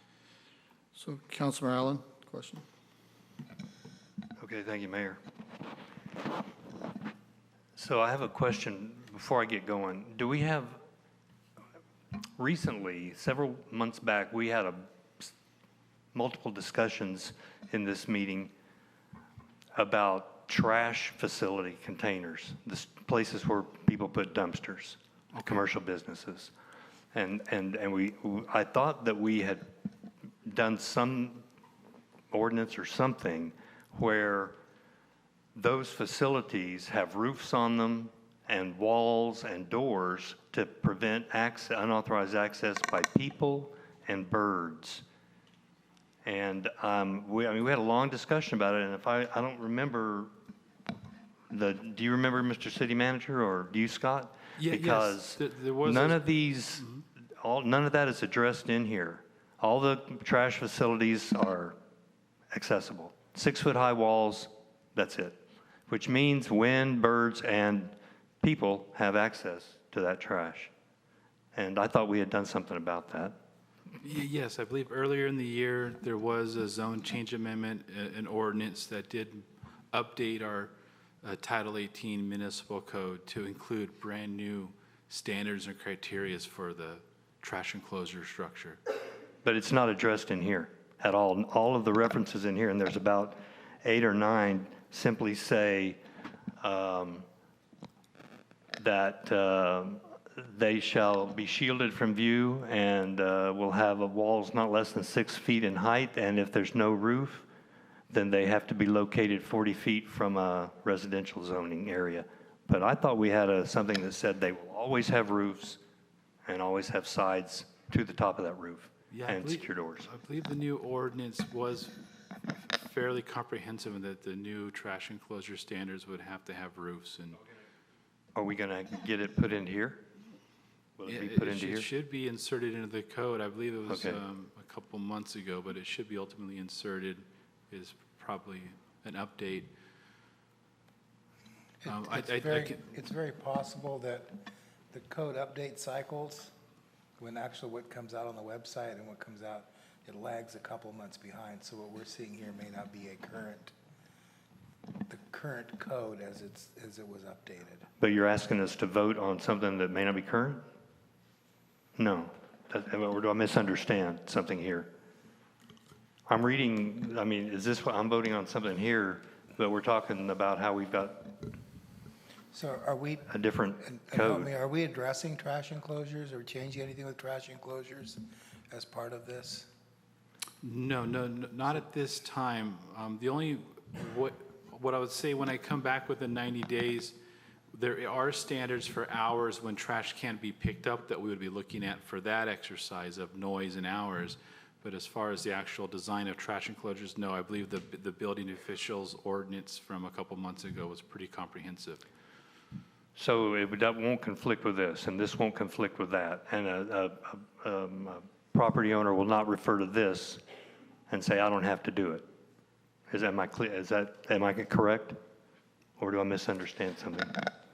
I believe that is correct. I believe the ordinance that was processed is fairly comprehensive. I can, if the council would allow through the mayor, the building official may be able to add a little light to the trash Yeah, go enclosure ahead. issue. Let's get clarity on, because my understanding was is for all new construction, we couldn't go back on anybody with the old. Yeah, good evening, Luis Gardia, building official. Yeah, so to answer your question, any new development would basically fall under the new ordinance as was passed months ago. So a few months ago, we did a presentation that the trash enclosure has to follow the ODS, objective design standards. So there should be no deviation from that. Okay, I appreciate that, but so then what I'm reading here in this staff report is not for new development, is that, or is it? Well, it would be for new development. So when we brought the ordinance, it would be for new developments. I see what.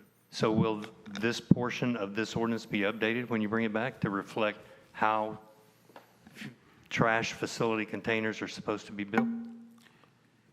I mean, I don't understand why we've got two different descriptions of trash facilities in two different documents. My understanding is that the ordinance that was passed months ago will supersede whatever's there, because that is now the new ordinance for the new standards, design standards. So this is, and we pulled it up here, this is, like I said before, it's citing the old ordinance, that's not updated. So we can change that section to cite the current, that citation was just not updated in the code. Okay. So we can update that citation, which will point it to the current standard. Okay, because I mean, that description is throughout the staff report in about 8 or 10 different. Yeah, we will change, if that's possible, Adrian, to change that citation as when the motion's made to reflect the current ordinance. That'd be great, thank you. I only have one other question, and for Mr. Hunter. And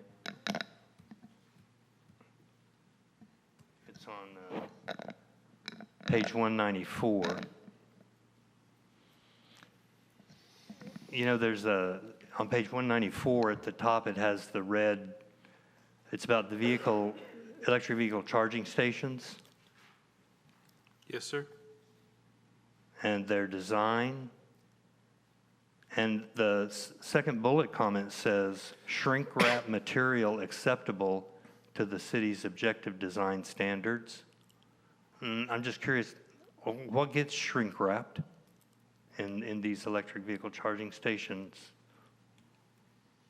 So it would be transformers and the electrical boxes, those unsightly boxes that are always around electrical stuff, then they would be essentially wrapped with something that looks like vegetation or something that's either blends into the site or really calls it out as maybe something more whimsical and artistic, but not just having a transformer and pad sitting there as a wart in the landscape.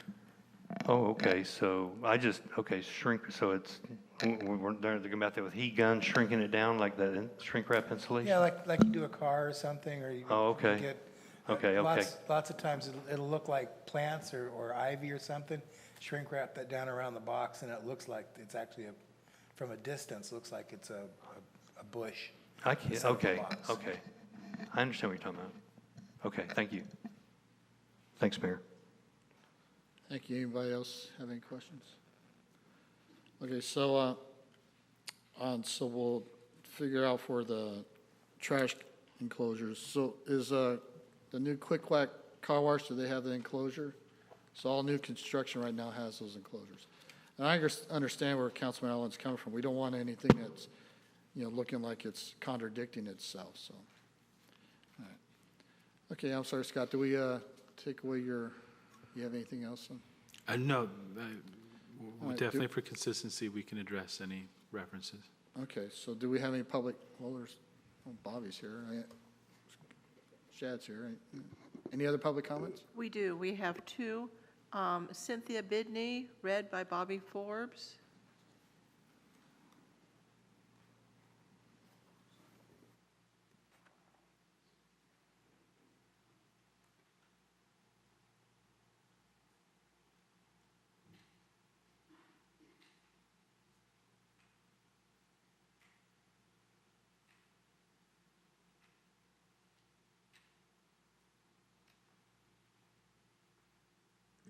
Thank you. Cynthia has a sciatic problem, so she's not walking right now. Bear with me, please. I'll pull this up. So I have not read this ahead of time. Ladies and gentlemen of the City Council, thank you for allowing me to speak today as the important matter of rezoning our residential areas to include congregate living facilities. While the need for such facilities is clear, we must carefully consider the potential drawbacks and implications for our community. Allow me to outline several significant concerns. First, let's discuss the impact on neighborhood character and aesthetics. Rezoning residential homes for congregate living facilities can fundamentally alter the character of our neighborhoods. These areas, cherished by their peaceful residential feel, could become more commercial in nature. Increased traffic and noise from additional residents, staff, and visitors will disrupt the tranquility that many of us value in our residential areas. Second, property values are at a risk. The presence of congregate living facilities may lead to concerns about declining property values. Prospective home buyers might be deterred by the proximity to such facilities, affecting the marketability of homes. The uncertainty in the housing market could negatively impact all homeowners in the area, not just those immediately adjacent to the facilities. Third, we must consider the strain on our community resources and infrastructure. Our local services, including emergency services, utilities, and transportation infrastructure, are designated for residential use. Increased demand from congregate living facilities can strain these resources, leading to higher costs for local governments and potentially reducing the quality of services for existing residents. Parking, already a concern in many neighborhoods, could become a significant issue with more staff and visitors needing space. Fourth, the social and community impact cannot be overlooked. The introduction of congregate living facilities can disrupt the social fabric of our neighborhoods, potentially reducing the sense of community and connection among residents. There is also a risk of social isolation for residents within these facilities if adequate social programs and interactions with the broader community are not maintained. Fifth, regulatory and compliance challenges present another layer of complexity. Converting residential homes into congregate living facilities require compliance with stringent zoning and building codes, which can be costly and complex. Additionally, neighborhood opposition can lead to legal challenges and community pushback, creating a contentious atmosphere within our community. Sixth, we must address health and safety concerns. Residential homes may not be adequately equipped to meet the health and safety needs of congregate living residents, especially those with significant medical or mobility issues. Increased density in residential areas can also complicate emergency response efforts, potentially leading to slower response times and increased risk during emergencies. Seventh, economic inequities are a serious concern. The high costs associated with these facilities might mean they are only accessible to wealthier individuals, exacerbating, I'm not sure of that word, I apologize, economic disparities within our community. If local government subsidies are needed to support these facilities, it can place a financial burden on the local economy, potentially diverting funds from other critical community needs. Eighth, the environment impact is significant. Higher density living can lead to Ms. increased Forbes, waste. the time's up. How much more do you? One more. Okay, hold on, Ms. Forbes. Does the council want to continue? Okay, Two more, go just ahead. a little bit. I'm on the last one. Finally, quality of life issues must be considered. The close proximity of a congregate living facility to private homes can lead to concerns about privacy for both the residents of the facility and the neighboring homeowners. Differences in lifestyle and daily routines can lead to friction and dissatisfaction among community members. In conclusion, while the need for congregate living facilities is undeniable, it is imperative that we carefully evaluate the potential negativity impacts of rezoning residential areas for this purpose. Thank you for listening. Okay, did you have one too? I do, and I had not read her, so I'm going to keep mine really short. If Okay. you all remember DAP, when they were here in Grand Terrace, they absolutely affected real estate sales in this community. Mr. Allen lives in the neighborhood. People were afraid to live and be near them. They kept their children in. This was 15, 20 years ago.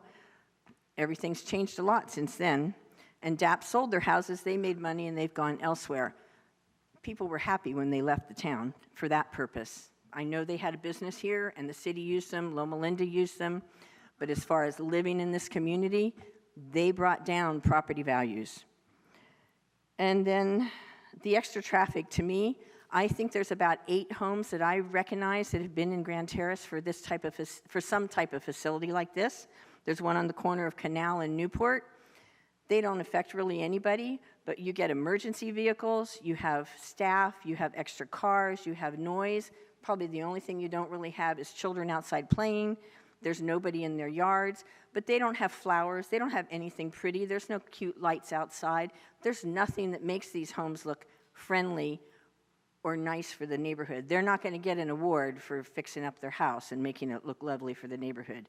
So while there is a need, I think it will affect property values. I think it will affect lifestyle, and I'm very concerned about it happening within the R1 neighborhoods. Thank you. Thank you, Ms. Forbes. Do we have any other public comment? No, sir. Okay, we'll go ahead and close public comment. Can I clarify a little bit on that? Go ahead, Colin.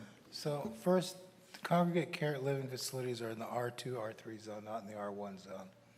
Secondly, and Scott, will you pull up the definition again? These are something that... Connor, can you speak up a little bit more? I'm sorry. So these are in the R2 and R3 zone. And if you pull up the definition, this is for people that are on terminally ill, purposes, you know, if you go down to B, diagnosis of terminal illness, on a ventilator, bedridden. They're not going to be out in the neighborhood. They're not going to be out active. And a single-family residence is not capable of supporting this. These are built, you know, custom-built buildings for these type of activities. It's not, and maybe there's some confusion there between what, you know, euphemistically is called a six-pack, which is a, you know, kind of a six-bed board and care type facility, versus this that is a fairly high-level medical care facility. Thank you. And this facility would be located where? Well, it would be allowed in the R2 and R3 zone. Okay. All right, So basically in the multifamily zone, not in the single-family residential zone. With the benefit of a conditional use permit, if I can add. I was going to mention that as well, and thank you, Mr. City Manager, for the clarification. My reading of this was that this was really hospice-related care, and that's being provided. And if you're familiar with that concept, you can't be resurrected if you're under hospice. You know, it's going to play out, you're going to move on, and we all know how that works. And so R2 and R3 with, unless Mr. Hutter, I mean, that was my impression. Is that fairly accurate in terms of the use, the intent? That's correct. Our multifamily zones, we have listed this as a C for conditionally permitted type of land use. Although the state does say the city can waive the use permit requirement, staff feels conditional use permit is warranted and would concur with some of the concerns raised in the comments. So that's why we want to make sure we can look at this through the use permit process, through public hearing, allow input. So with the zoning thing, of course, the conditional use permit, and then we go through that process. And this basically, you know, this, it's always doom or gloom. I mean, I just don't understand, because, you know, you have, these are people who are getting ready to see God. They're on their last breath. The family's in dire straits. They're coming there to see him, and maybe parking, because if there's other things, traffic's changed. Traffic has changed everywhere. I just, you know, for this, and then for us going after a drug program, and then people are scared. I mean, I just got an email, and I just said on it, because of the the thing from Facebook that this lady was afraid because people were taking pictures of her house because she's an autistic kid, and she thought the city was posted on their website. Something's got to give. We can't be doing this and judging people on this and everything. And then this Wallace House, I got more residents have problems with their own people that have been living in the neighborhood for 15, 20 years. So there's going to be issues. So the biggest thing is the CP, just make sure everything's done in a proper way where it's not going to be totally affecting everybody, like, Councilmember Henderson said, and rezoning, and things have changed. Yeah, this whole area has changed, and we're trying to do what's best and do the best outcome for the city. And sometimes, I just don't understand. People are worried about this. It's on the other side of their town, and they're worried about this on the side of town, and there's just always worry. The city's got to do it, and we do have issues. We do have, other things I can't get into legally where the city gets on it. So I don't see anything what Conrad's talking about, to the justification the city does there's, P's and Q's, and as far as costing more money for the city, well, that's what you guys are there for. You guys are here to do a job to make sure the city is doing everything within the law that's abiding and making sure our city is ran in an accordant, peaceful manner, right? Correct. So that's all I had to say about that. Thank you, Conrad, for bringing clarification. And so, does anybody else have any questions or comments for staff? Councilmember Savino. Thank you for your comment, Bobby. Those were my concerns initially at the last meeting. And thank you for clarifying that, last meeting. And just for the record again today, is that it's not going in, the residential neighborhoods, the single family areas, which was brought up. We're not looking at, drug and alcohol programs, rehabs going into homes where people want to create multi-use families, ADUs. And so just to reiterate that is not what we are looking at here with this program. Again, we're looking at an individual building in an area for multifamily use, correct? What we're doing with this exercise is there's this state thing called the Congregate Living Health Facility, and currently it's not listed in our multifamily land use table. So when we're approached by somebody seeking to do that, rather than scrambling and trying to put together some sort of use determination type scenario, we can get ahead of the curve and put it in our code and be in the driver's seat and make sure it is a CUP and not permitted by right. And so that's the land use exercise part. When it comes to what it would physically look like, I can only speculate. I've looked these up and I've seen them in single buildings, multi-buildings. It depends on the size, the location, whether it's a government facility, independent facility. From what I've seen online, it's taken different forms. But it could only occur in the multifamily zone properties, so the R2 on up, duplex properties on up to high density. Those are the only zones you could do it with, the caveat you obtain a use permit approval. So I think just for those in the audience or those who are watching online, would that look like somewhere near the Highlands? We could probably pull up the zoning map. Probably somewhere, near the Highlands, someplace where there's already apartment buildings, someplace where Right. the streets are already designed for multiple people parking there for access. Right. Where there's more coming and going than a private neighborhood or the end of a cul-de-sac. Right. And so it would be designed for that. And by definition, this is limited to 18 beds. So we're not looking at some big sprawling complex. We're looking at, 18 people that are on ventilators or catastrophically disabled. And yes, there will be some traffic from staff, the occasional family visitor, but it's not any more than would typically be for an apartment building. For sure. And with anything new and change, there are concerns from the residents. And so just to reiterate, and for the record and for those who are just hearing this now, this is not someone who decides to create an accessory dwelling unit and decide to become a state-funded chapter, correct? Correct. I think this Okay. is just a poorly named, Right.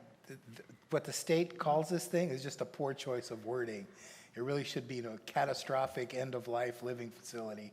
Because when you read congregate health living facility, and I did the same thing first, is that we don't want any drug houses and halfway houses and parole houses, but this is not what that is. Exactly. And thank you again for the clarification. And that was all. I just wanted to make sure that we were clear on what that looked like, again, for those who might not have heard that last time. So thank you again. And for clarity, I'll add also, based on that comprehensive definition I obtained from the state, when it comes to terminally ill folks, if the facility, per the state's definition, is 100% occupied by the terminally ill, it can go from 18 to 25 beds, just so everybody knows, if it's 100% people at the end of life. Okay, Councilmember Allen has a question. Thank you, Mayor. Actually, I'm going to pass on right now. You gonna pass it? Okay, so the biggest concern too is, last question, and I understand, the traffic in the area and the parking lot, the Councilwoman Savino just said, parking that goes in the residential, and the city manager said there's adequate parking over there, so we're gonna make sure there's adequate parking. And the CUP, the last life is just for patients only, nobody can move in the room with them and all that stuff, right? So. Definitely, that'd be something we look at with a use permit parking. Yeah, and then on the parking issues, if they start inundating, is there going to be adequate parking for staff and cars? They're not going to interrupt the schools' systems or anything like that? No, as part of the CUP, we would require that there's sufficient parking for staff and some visitor parking. There'd probably be a loading zone, not for semi-trucks, but for the box trucks that would bring linens and or food or medical supplies. And we would limit those hours to, weekdays during business hour type things. But the idea on these things is that they're contained on site and not to spill over into public parking. So if an ambulance brings a terminally ill patient in the middle of the night and they hit their backup thing, is it going to interrupt with the residents that are living close by? Typically, in 18 years in an ambulance, we never brought people into those places in the middle of the night. We took them out, but they typically bring them in, 8, 10, 11 o'clock, noon. But Well, we just want to make sure it's still a business, unfortunately. I hate to say this for people, but also not affect the outlying neighborhoods. And as, as part of the conditional use, we could also limit, patient deliveries as well as supply deliveries to certain hours. Okay, Councilman Allen, I did that on purpose so you can remember what you're doing. Hey, Mr. Hunter, who is responsible for ensuring these facilities meet the health codes, standards, regulations, and ordinances that are in effect? I don't mean just at the city level, but standards and regulations and ordinances that health facilities are bound by. Does the county health department, or will we need to start our own health inspecting department? Well, it would be through the state, because they actually would have a state license. So they would have to apply and obtain a license from the state of California, and they would have their review and enforcement type activities that they would impose upon it through that license process. So we would have no responsibilities at all in ensuring that they meet any kind of standards? No, the state would trump our purview. Okay, great, thanks. Okay, any other questions or debate? Call for the question. Mr. Mayor, if I may, before we call for the question. Okay. Responding to Councilmember Allen's question about the trash enclosures. So in doing some homework here, the City Council adopted ordinance number 352 on March 26th of this year. The ordinance was entitled An Ordinance of the City Council of the City of Grand Terrace, California, amending sections 18.10.090, 18.33.050, 18.36.060, 18.39.060, 18.40.060, and 18.56.061. 18.080 of Title 18 zoning of the Grand Terrace Municipal Code to establish design standards for the trash enclosures.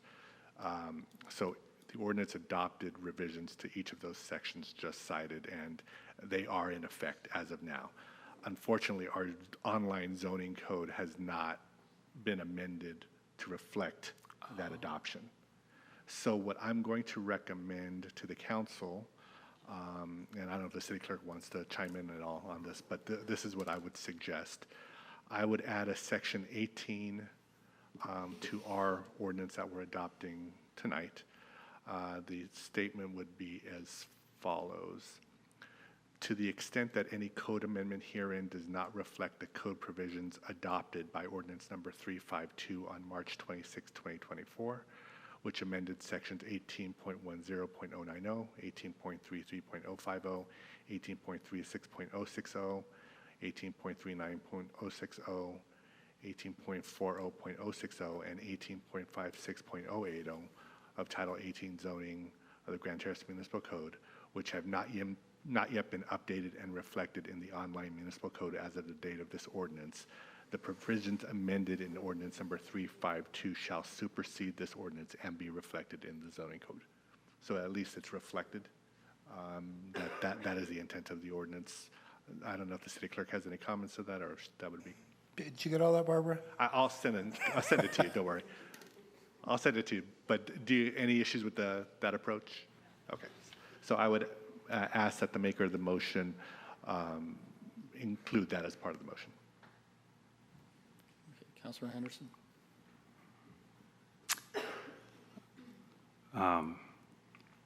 When a member calls for the question must be called. It's not debatable under the council rules and Robert's rules. I move the staff recommendation. I have a motion, I have a second. Second. Second. Do we need to read anything else on the ordinance? I would ask if the maker of the motion would include what I added as part of the motion. Yes. Second concurs. Okay, thank you. So with that addition, I will read the title of the ordinance before introduction. So the title of the ordinance is as follows. Let me come up with it here. So the title of the ordinance, it's a long one. And I will also note for the record that the title includes the incorrect spelling of ordinance, so that needs to be corrected as well. It would be to read by title only, waive reading of, and introduce an ordinance of the City Council of Grand Terrace, California, approving zone change amendment ZCA 24-03 to amend the Grand Terrace Municipal Code, Title 18 zoning, to add new residential land uses called congregate living health facilities and electrical vehicle charging stations to the allowable residential land uses listed in Chapter 18.10 residential districts, to add non-residential hours of operation and to consolidate all non-residential land uses identified under Section 18.06.032 and Chapters 18.30 AP Administrative Professional District, 18.33-C2 General Business District, 18.36-CM Commercial Manufacturing District, 18.39-MR Restricted Manufacturing District, 18.40-M2 Industrial District, 18.43-PUB Public Facilities District into a table format under a new Chapter 18.27 non-residential districts to add new non-residential land uses called heavy equipment rentals, indoor and outdoor, electrical vehicle charging stations, restaurants with a cocktail lounge, bar, entertainment or dancing, and establishments with on-site alcohol beverage sales and consumption that are not bona fide eating establishments, bar, taverns, cocktail lounges, breweries, distilleries, and/or winemaking facilities with sales for on-site and off-site consumption. Thank you, Mr. Mayor. Okay, so we have a motion by Councilman Henderson and a second by Mayor Pro Tem. The ordinance has been read. Please vote.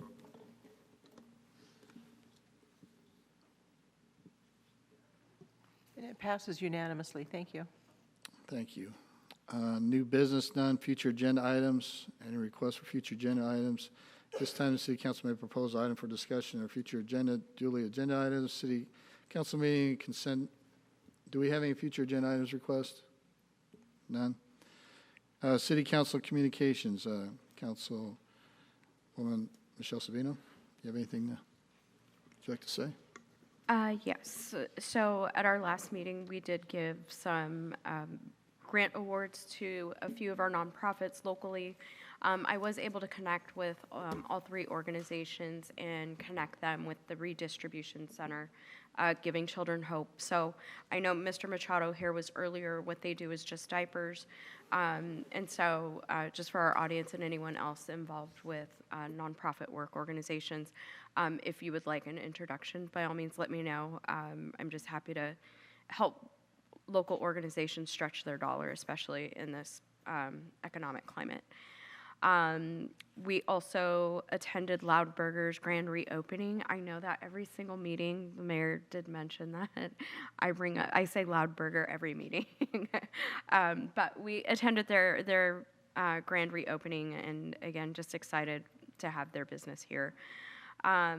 Lastly, I just want to thank you, Lieutenant Lane, for your support recently.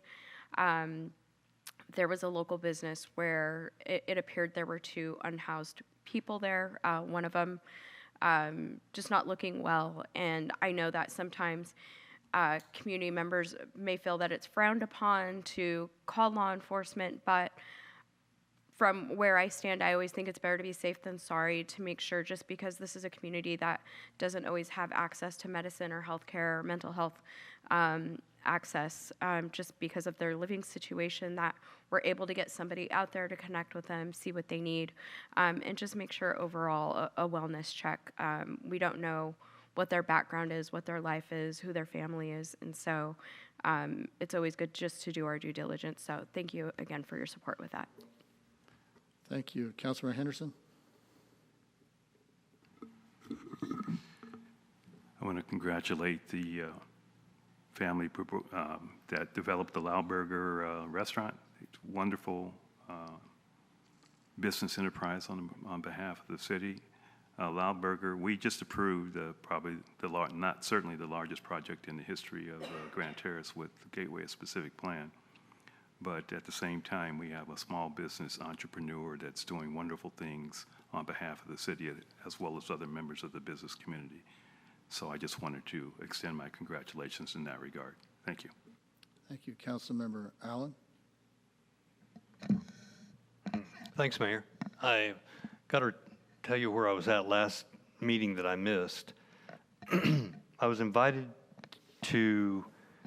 by the Southern California Edison's government relations representative, Mark Cloud, to attend the Edison Big Creek tour in Big Creek, California. And I had no idea that this even existed, but the very first hydroelectric power plant in the state of California, which was built by Henry Huntington in 1911 to 1913, was Powerhouse Number 1 on Big Creek in Big Creek, California. And went online in 1913 and has not gone offline since.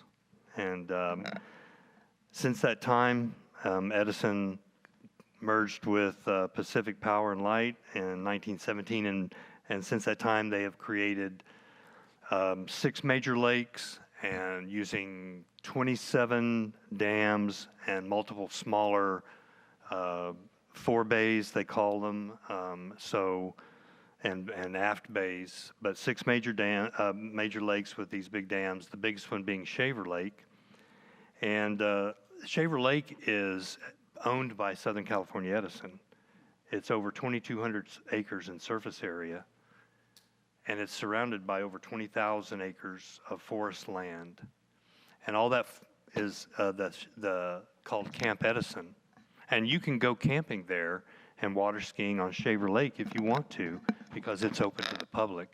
And it's one of the most well-managed, if not the most well-managed forest in all of California. So much so that 2 years ago during the Creek Fire, as the officials watched that fire come over the mountains and come down the slopes, it got to Edison's property and it split and went around it. And the reason is because Edison manages their forests properly so that that it's maintained and they're clean and they're healthy. There's a interesting fact I learned also about you might be interested in. At the Creek Fire, 1.5 billion board feet of lumber was lost in the Creek Fire 2 years ago. Just to give you an idea about how much that is, one logging truck carries about 4.5 to 5,000 board feet. So multiply that times enough to get 1.5 million board feet of lumber. That was the loss of lumber into this state. Now, it wasn't a total economic loss, because here's a fun fact. All that burned trees, they are being shipped to China. And there is a huge coffin factory in China that's making coffins from all that burned wood. So it's not a total loss. That's a fun fact I just want to throw out there for you. There's another interesting thing about this trip. I saw the John Eastman power plant is one in the chain of this whole series system. It's 1,100 feet underground and almost a mile back inside a mountain in a man-made tunnel. And this is unique in that this is one where in the daytime they will pour water through that tunnel, that hole they bored through that mountain down on top of that generator, turn that generator, produce electricity, let it flow out the bottom out through another tunnel into Shaver Lake. And at night, they reverse the pumps and they'll suck that water right back up out of Shaver Lake and put it right back up 1,000 feet up in another lake right up on top. And then the next day they'll use it all over again. And they've been doing that ever since 1987, every day and every night. So that's why the Big Creek Power Plant system is called the hardest working water in the world, because it produces so much electricity over and over and over and over again. It was a real learning experience for me, and I will tell you that I can never ever complain about the rates I pay Edison again after I see what they are putting into our system. I mean, there's a lot of things we don't see behind the scenes, but they're undergrounding so much. They're in an effort to try to prevent wildfires. They're putting so much stuff underground, and it's so expensive to do. But they're trying their best to be as safe of a producer of electricity and distributor of electricity as possible. You know, a third of the power that Edison sends to Southern California comes from Big Creek. That's pretty impressive. And I just wanted to show you, that's where I was at. And I would encourage any of you who, if you ever get the opportunity, to check out Big Creek, California. It's just a wonderful place. And if you ever get the opportunity to go on a tour of the Big Creek facility, I would strongly encourage you to do it. It's an amazing place to learn about how the people who founded this state and built this state were thought so far ahead to ensure that we would have the electricity and the water we need. Edison works with our water districts too. They have over 550,000 acre-feet of water in those reservoirs available for use. So, you know, the water companies, they produce electricity with their dams. Edison produces or maintains water storage and all. It's a great working relationship. The only other thing that I wanted to say is that I wanted to thank the staff, city manager. Please pass it on. I know that, and any of the residents that are out there listening that have seen, we had a real wet winter, and so we got a lot of vegetation growing in the city, and we're not the only people that have this issue, but we're working real hard to get the weeds and all the vegetation that's exploded in growth taken under control. And you know, our city manager and our staff have been really good at managing this city in a very fiscally responsible manner, and I appreciate that. And I really like the landscaping along Barton Road. Mayor Pro Tem? Thank you, Mayor. Yes, I attended the Loudburger celebration and managed to schlep up all the mushrooms that were put thanks on a the lot. table. Well, I didn't realize that the hot dogs were so big.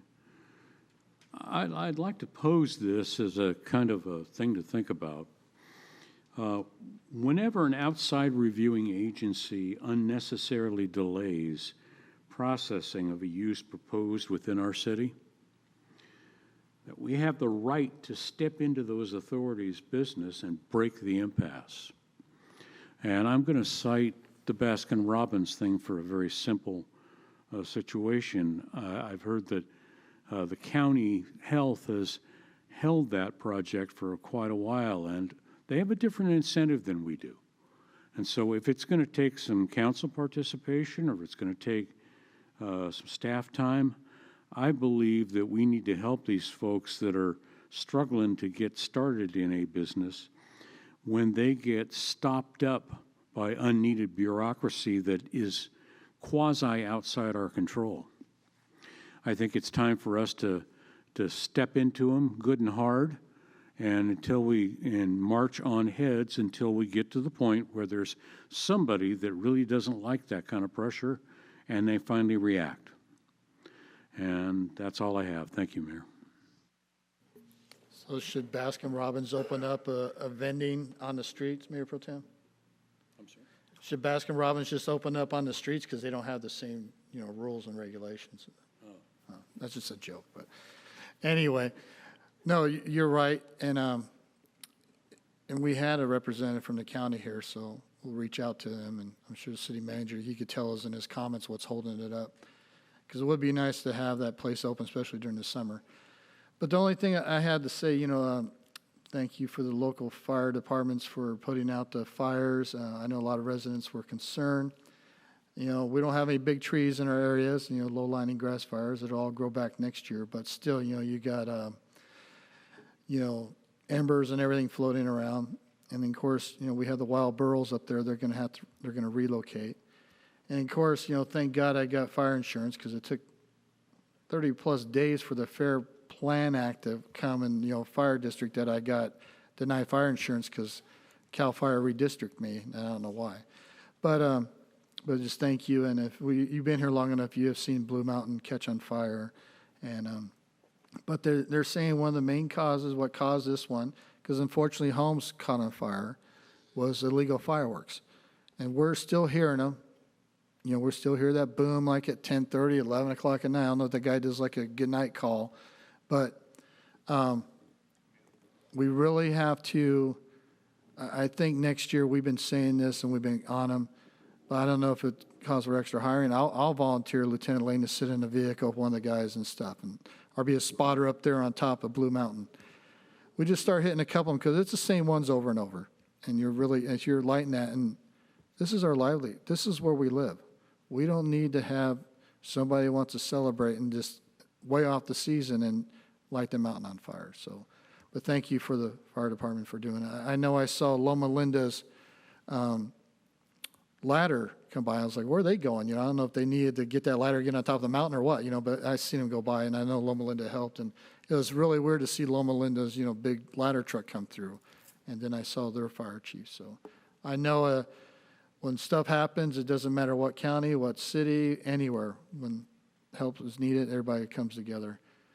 But, concur with the Mayor Pro Tem on that Baskin-Robbins. And that's what's sad is, like, the city, the workers do so much work, and then we get held up by somebody else. And it's just not right for the businesses. It's not right for anybody. So that's all I had to say. I'll keep it short and sweet. But City Manager, can you elaborate on the ice cream place? Sure, look at the fat kid for the ice cream. Well, I'm lactose intolerant, so I can't elaborate on it. But actually, from what I understand, that it took two to pull this off. So county health is a little bit slow in responding. Baskin-Robbins also didn't really submit in a timely manner.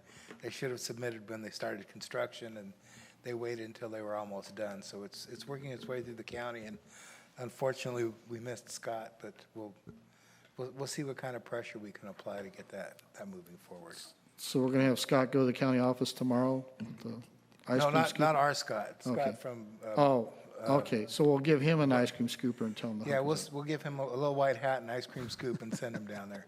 But All right. from Supervisor Rao's office and see what. Yeah, what well, we can whatever break works, loose. like Mayor Pro Tem said, we need to help our businesses as best we can. Other than that, I do not have anything. And if Chief Westfall can introduce himself, and we're glad to have him here this evening. Yeah, good evening, Mayor and Council and City staff. I'd like to introduce myself. My name is Mike Westfall. I'm a battalion chief for County Fire.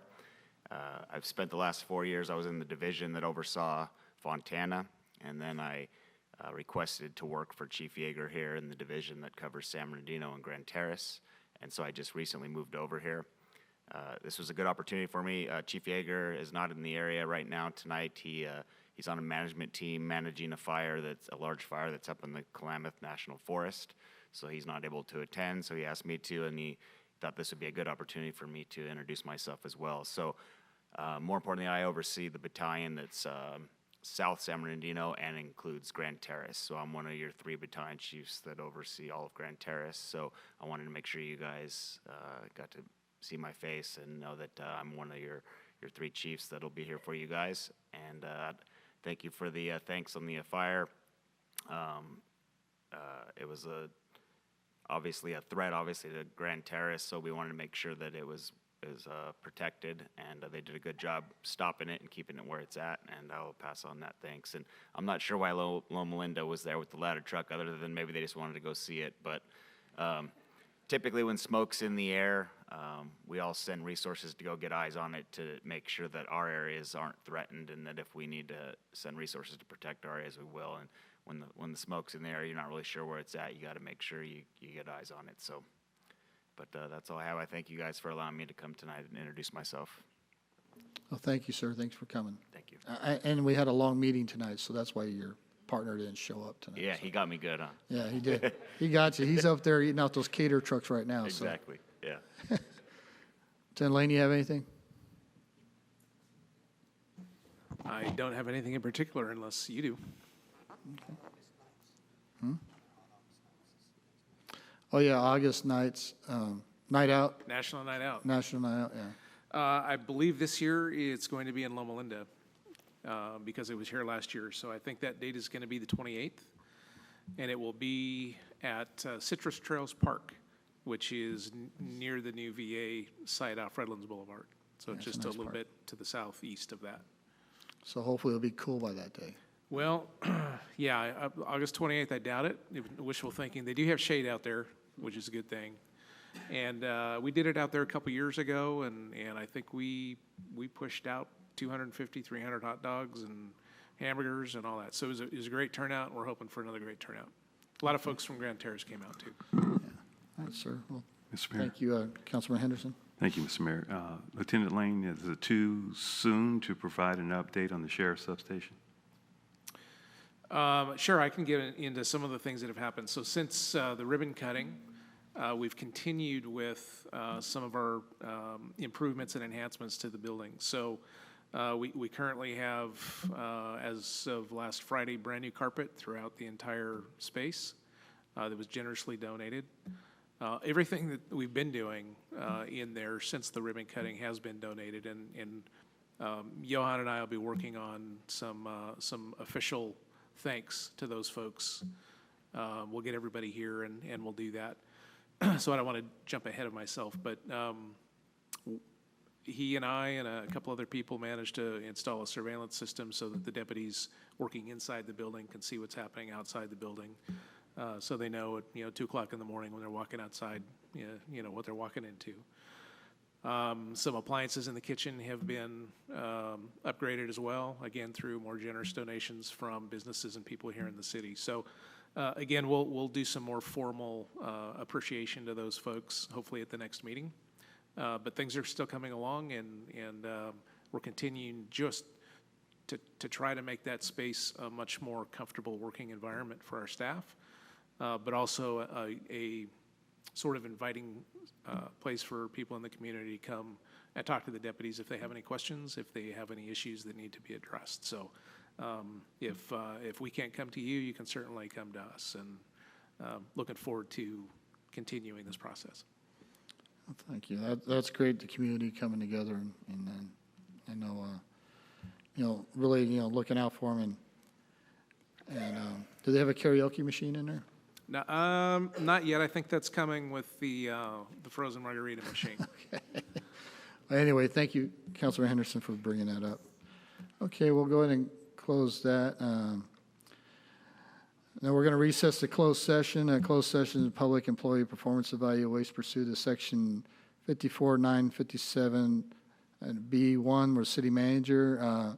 And also we're having public employee performance evaluation pursuant to section 54(957) B1, title city attorney. I know you guys are going to just wait out here for us, but, if you don't, I understand. So, God bless, and we'll see you at the next council meeting. Thank you.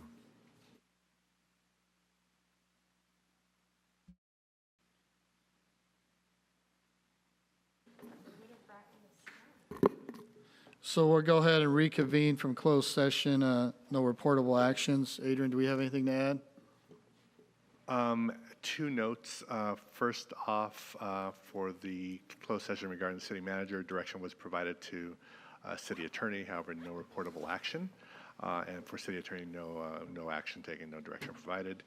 Lastly, there was a consensus, majority of it was actually unanimous for all council members to extend the meeting past 10 p.m. So did want to note that for the record. Okay. All right, so we're going to adjourn to the next regular city council meeting Tuesday, August 13th at 6 p.m. Any request to have an item placed on future agenda must be made in writing. And thank you and have a good night. Jeff, I'll have